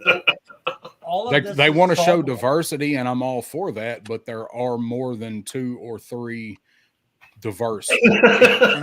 and all of this is solvable by the fact that, you know, some of these come with extra heads, and you've got to put them somewhere. Look at those stray of heads, everyone. A bucket of heads. What does it say on there? Does it say head tray? Does it say don't touch? Character heads, not for repaints. So I'm not repainting these. But my point being is that other companies have done head packs. I think Valaverse does them for their line as well, right? And the problem is that the way Hasbro is working their heads is they have multiple different types of socket points of different sizes and multiple necks. They can't do a head thing like that till they resolve that and make it universal. And I don't like they talked about it, but I don't see them saying they're going universal. That's another thing, man. Is these damn head joints and these neck joints, man. You know, they should have just done the damn ball. Wait, hang on. Sorry, again. They should have just done the ball on a hinge and not all this crap. They should have had this ball just hinged back and forth on all these figs. We would have all that range that we need for sniper shots and everything. And I don't care what you say. That I hope you guys know the neck joint that I'm talking about. It's a ball on a hinge right on the top. It's the best damn neck joint ever made, and I get so many good shots with those kind of foods. I know with that, I know they can look a little gappy here and there, but I don't care, man. I think the issue with doing that is because they've had some various and dubious quality issues, and swapping heads on that type of neck joint is going to weaken that hinge so much. The people that want it are people that are doing photography and customization, you know, the people that want it the most, and they're swapping those heads and they're moving them all the time. I think that's probably something that they have looked at because everybody wants it, but I think it's just put so much stress on that pin on the neck doing it. Yeah, and the Valiant Knight's neck is like that too. Yeah. It's probably one of those things where it's like, okay, now that we see that the conversion market really embraced this, now we think it's a problem, but before we didn't. You know, when it was just going to be a toy sitting on the shelf and we didn't think people were going to tear it apart, you know, it wasn't an issue at all. But now they would probably see that there is that ask for it. Right? But now that we have like Joe figures like that need to be in sniper shots, they need to be in the claw. Yeah, they give us sniper rifles, but you can't get the sniper into a sniper position. Exactly, and that's like with the claw I made, I'd like my fig to like extend his head up. Well, and I'm going to tell you one of the biggest reasons why you can't get your guys into the sniper position, and it's not the head joint, and it's not the position of the scope, it's the actual socket for the shoulder. Because when you put that butt of the rifle into your shoulder, you actually rotate your arm back over, and the muscles kind of form over the butt to lock it in, right? And you can't do that with a figure. You can't, once it's in there, you can't re-rotate and position anywhere near realistically enough to get the proper angle of sight line, right? So and you addressed it with the Recon diver as well. If you can't look up, there's no point, right? Like firing from the standing is not the optimal way to pose anything.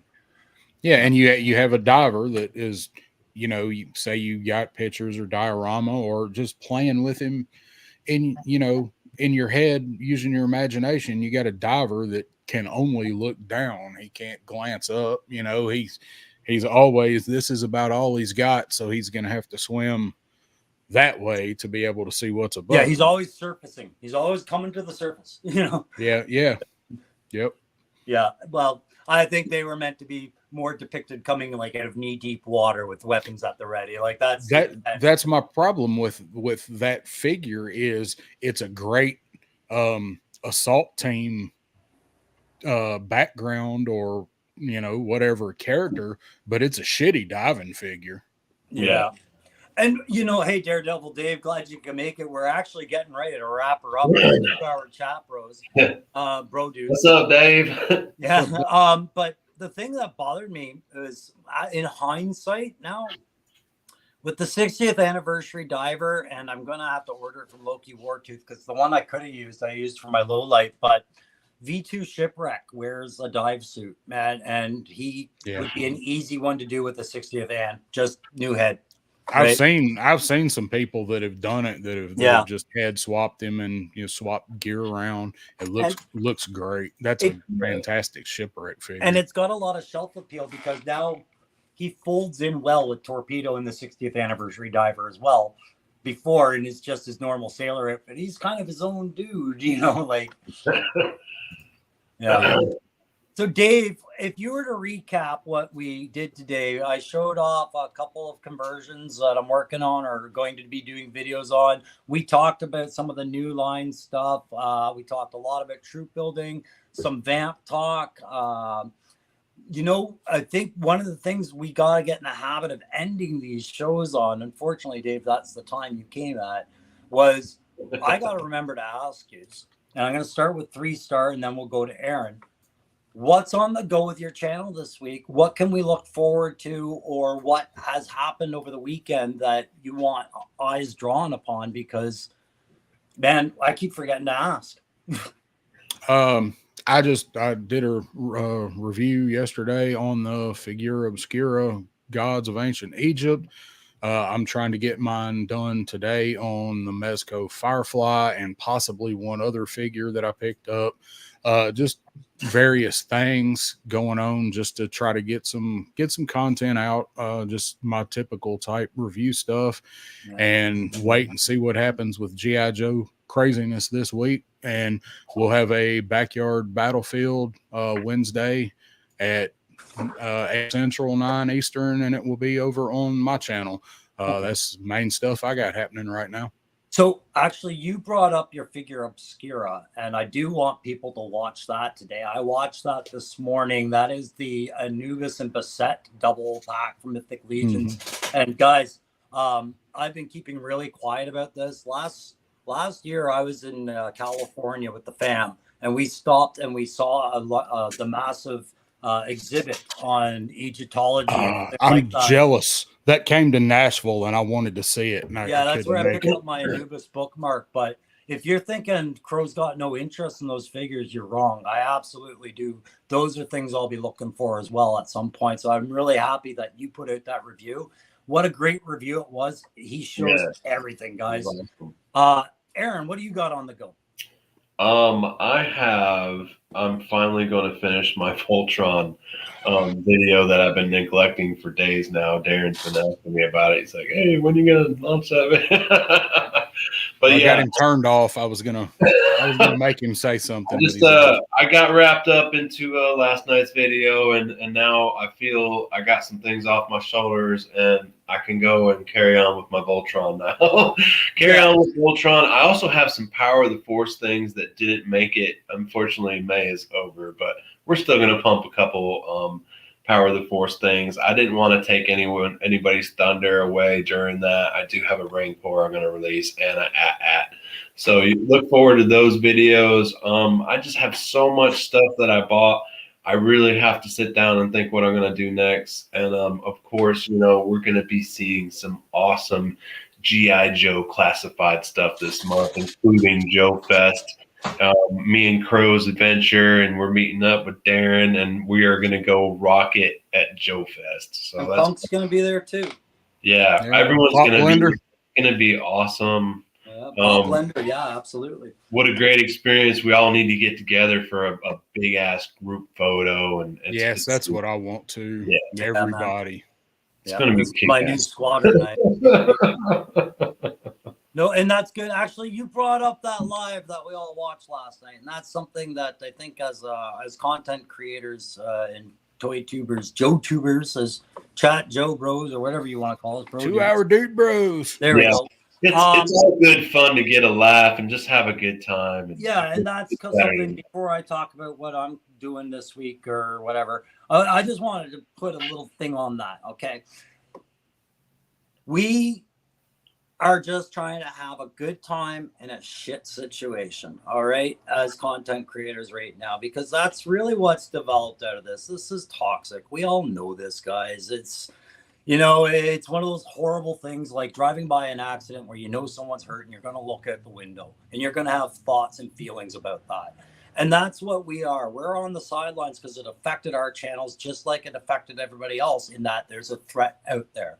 All right. And that threat is really compromising the feel of this fellowship and the community involved in it. So yeah, we're going to have fun. We're going to take shots every now and then. And it's always in the kindness of nature. There's not a malicious intent against anyone that is innocent in this. And I just wanted to address that.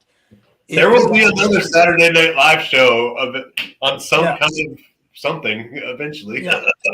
But Aaron said it best. There's that weight on the shoulders right now that a lot of us feel about what's been said and what's been done by that particular subject matter island. And to have that weight come off is something that a few of us need. All right. So if you liked it, great. That was awesome. I'm glad you all liked it. If you didn't like it, okay. But I want you to understand why it has to happen sometimes. Okay. That's all. Because it was, you do look a lot like the guy, and it was yours. Did you want to say anything else on that? I feel like a vagina, and I can't wait until my beard comes back. Yeah, we all can't wait for that. Vagina face. Yeah.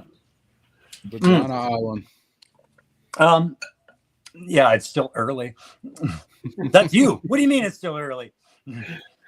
I got a day I got to get on with. I gotta get one of those shirts though. I need to get one of those. Yeah, I think it would be absolutely hilarious if different creators, whoever, just randomly do a video, a review, whatever, wearing the shirt and don't even reference it. Don't even mention it. If we just slipped them on for Joe Fest for a couple hours and just rated the whole walkthrough Joe Fest together with them on. That is a fantastic. You better bring a bunch of them with you. I'm going to print out at least. I'm going to talk Missy into making at least 30. We got a few weeks to work on them. So. I was going to say, man, I just bought my Lotto Max ticket. So if I win, Missy's got to make 30,000 because we're going to. I made a t-shirt. I may outsource. We may have to get like I don't know, hundreds made. We'll see. Yeah. We'll see the potential. I know I'm going to be buying one off you because what I got to do is I got to bring a couple of Statler like permanent markers. So some of our friends here in the content and some of our favorite subscribers can sign these friggin' things. Yes, that's a great idea. I'm going to get silver markers and all that. That's a great idea, Pro. Let's do that. Yeah. Oh, and that was the idea behind the shirt. Right on. It's like we did back with your shirt when you ended school for the year, back in middle school and stuff. That's right. Yeah. That summer shirt, Yeah. So we're going to have a great time. We're going to cover all of that. And Tony, I'm so glad you're still here, man, because when we were talking about those uniforms, all I was thinking of, man, a photographer, all you need to do is hop on Google and scroll and go unit formations, and you can get what your troop builds look like. But for my channel coming up this week, guys, I'm going to actually do the video on a couple of the figs as I get them done. I think the low light's going to take a bit more time. I'll get a Tiger Force dial tone out there. I do have some more figs that I've not mentioned because I don't know how long they are going to take, and the vehicles a couple of days. Just a reminder, if you haven't checked out Legend Series Photography, who's here in the chat, by the way, I was on his show last week, and I know Punk is coming up this Friday. 3-Star, aren't you doing something with him as well, or?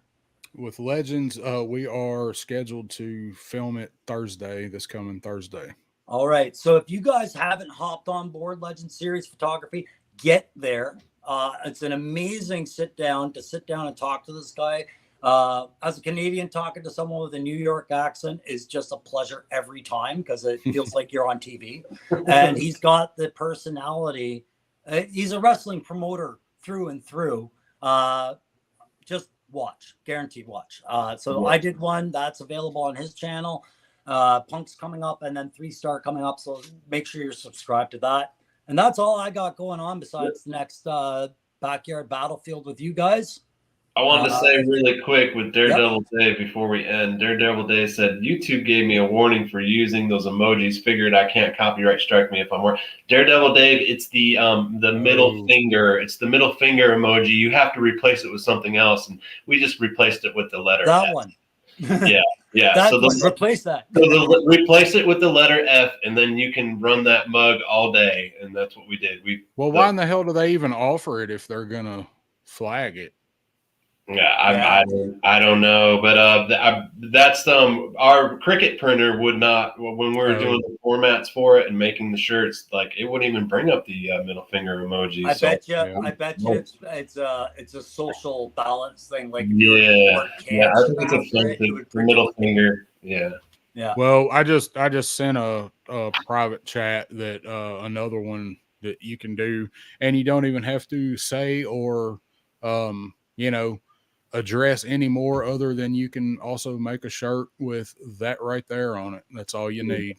Yeah. We just replaced the middle finger with the letter F. Everyone knows what we're saying. There you go. And Stanley, no, 3-Star Draw. The gentleman in the middle, his show is 3-Star Draw, and then he's got another show he does with his cousin, the Pop Blender. And that's called The Sevens Wild. They do that every other Wednesday night. And you can also catch 3-Star in every chat of every live everywhere half the time, like me and Aaron are. But also he's done a lot of time on Oz's Clubhouse, things like that. So that very different channel. Legend Series is in the chats right now, and he does toy photography and conversions and a lot of really creative stuff. He's like one of us, right? But photography and wrestling are his biggest focuses, right? So there we go. Now you know, and knowing's half the battle. G.I. Joe. Joe. Guys, thanks very much for joining me today for this one. We did the 2 hours as ours the cultural commitment right now. And don't forget, this is happening tonight too, guys. Go see Legend Series tonight. Right there. It's going live. Okay. I'm going to end this. I'm going to say thank you very much to the chat, all you guys that joined us. If you were late, please go back. Feel free to rewatch. And sorry it wasn't a Saturday morning. It was a Sunday morning. Like I said, I still have family commitments despite everything going on. Got to play ball. Guys, I'll see you backstage. And everyone else, I will see you probably tonight on Legend Series. Take care. Yep. See you guys. The next time. All right.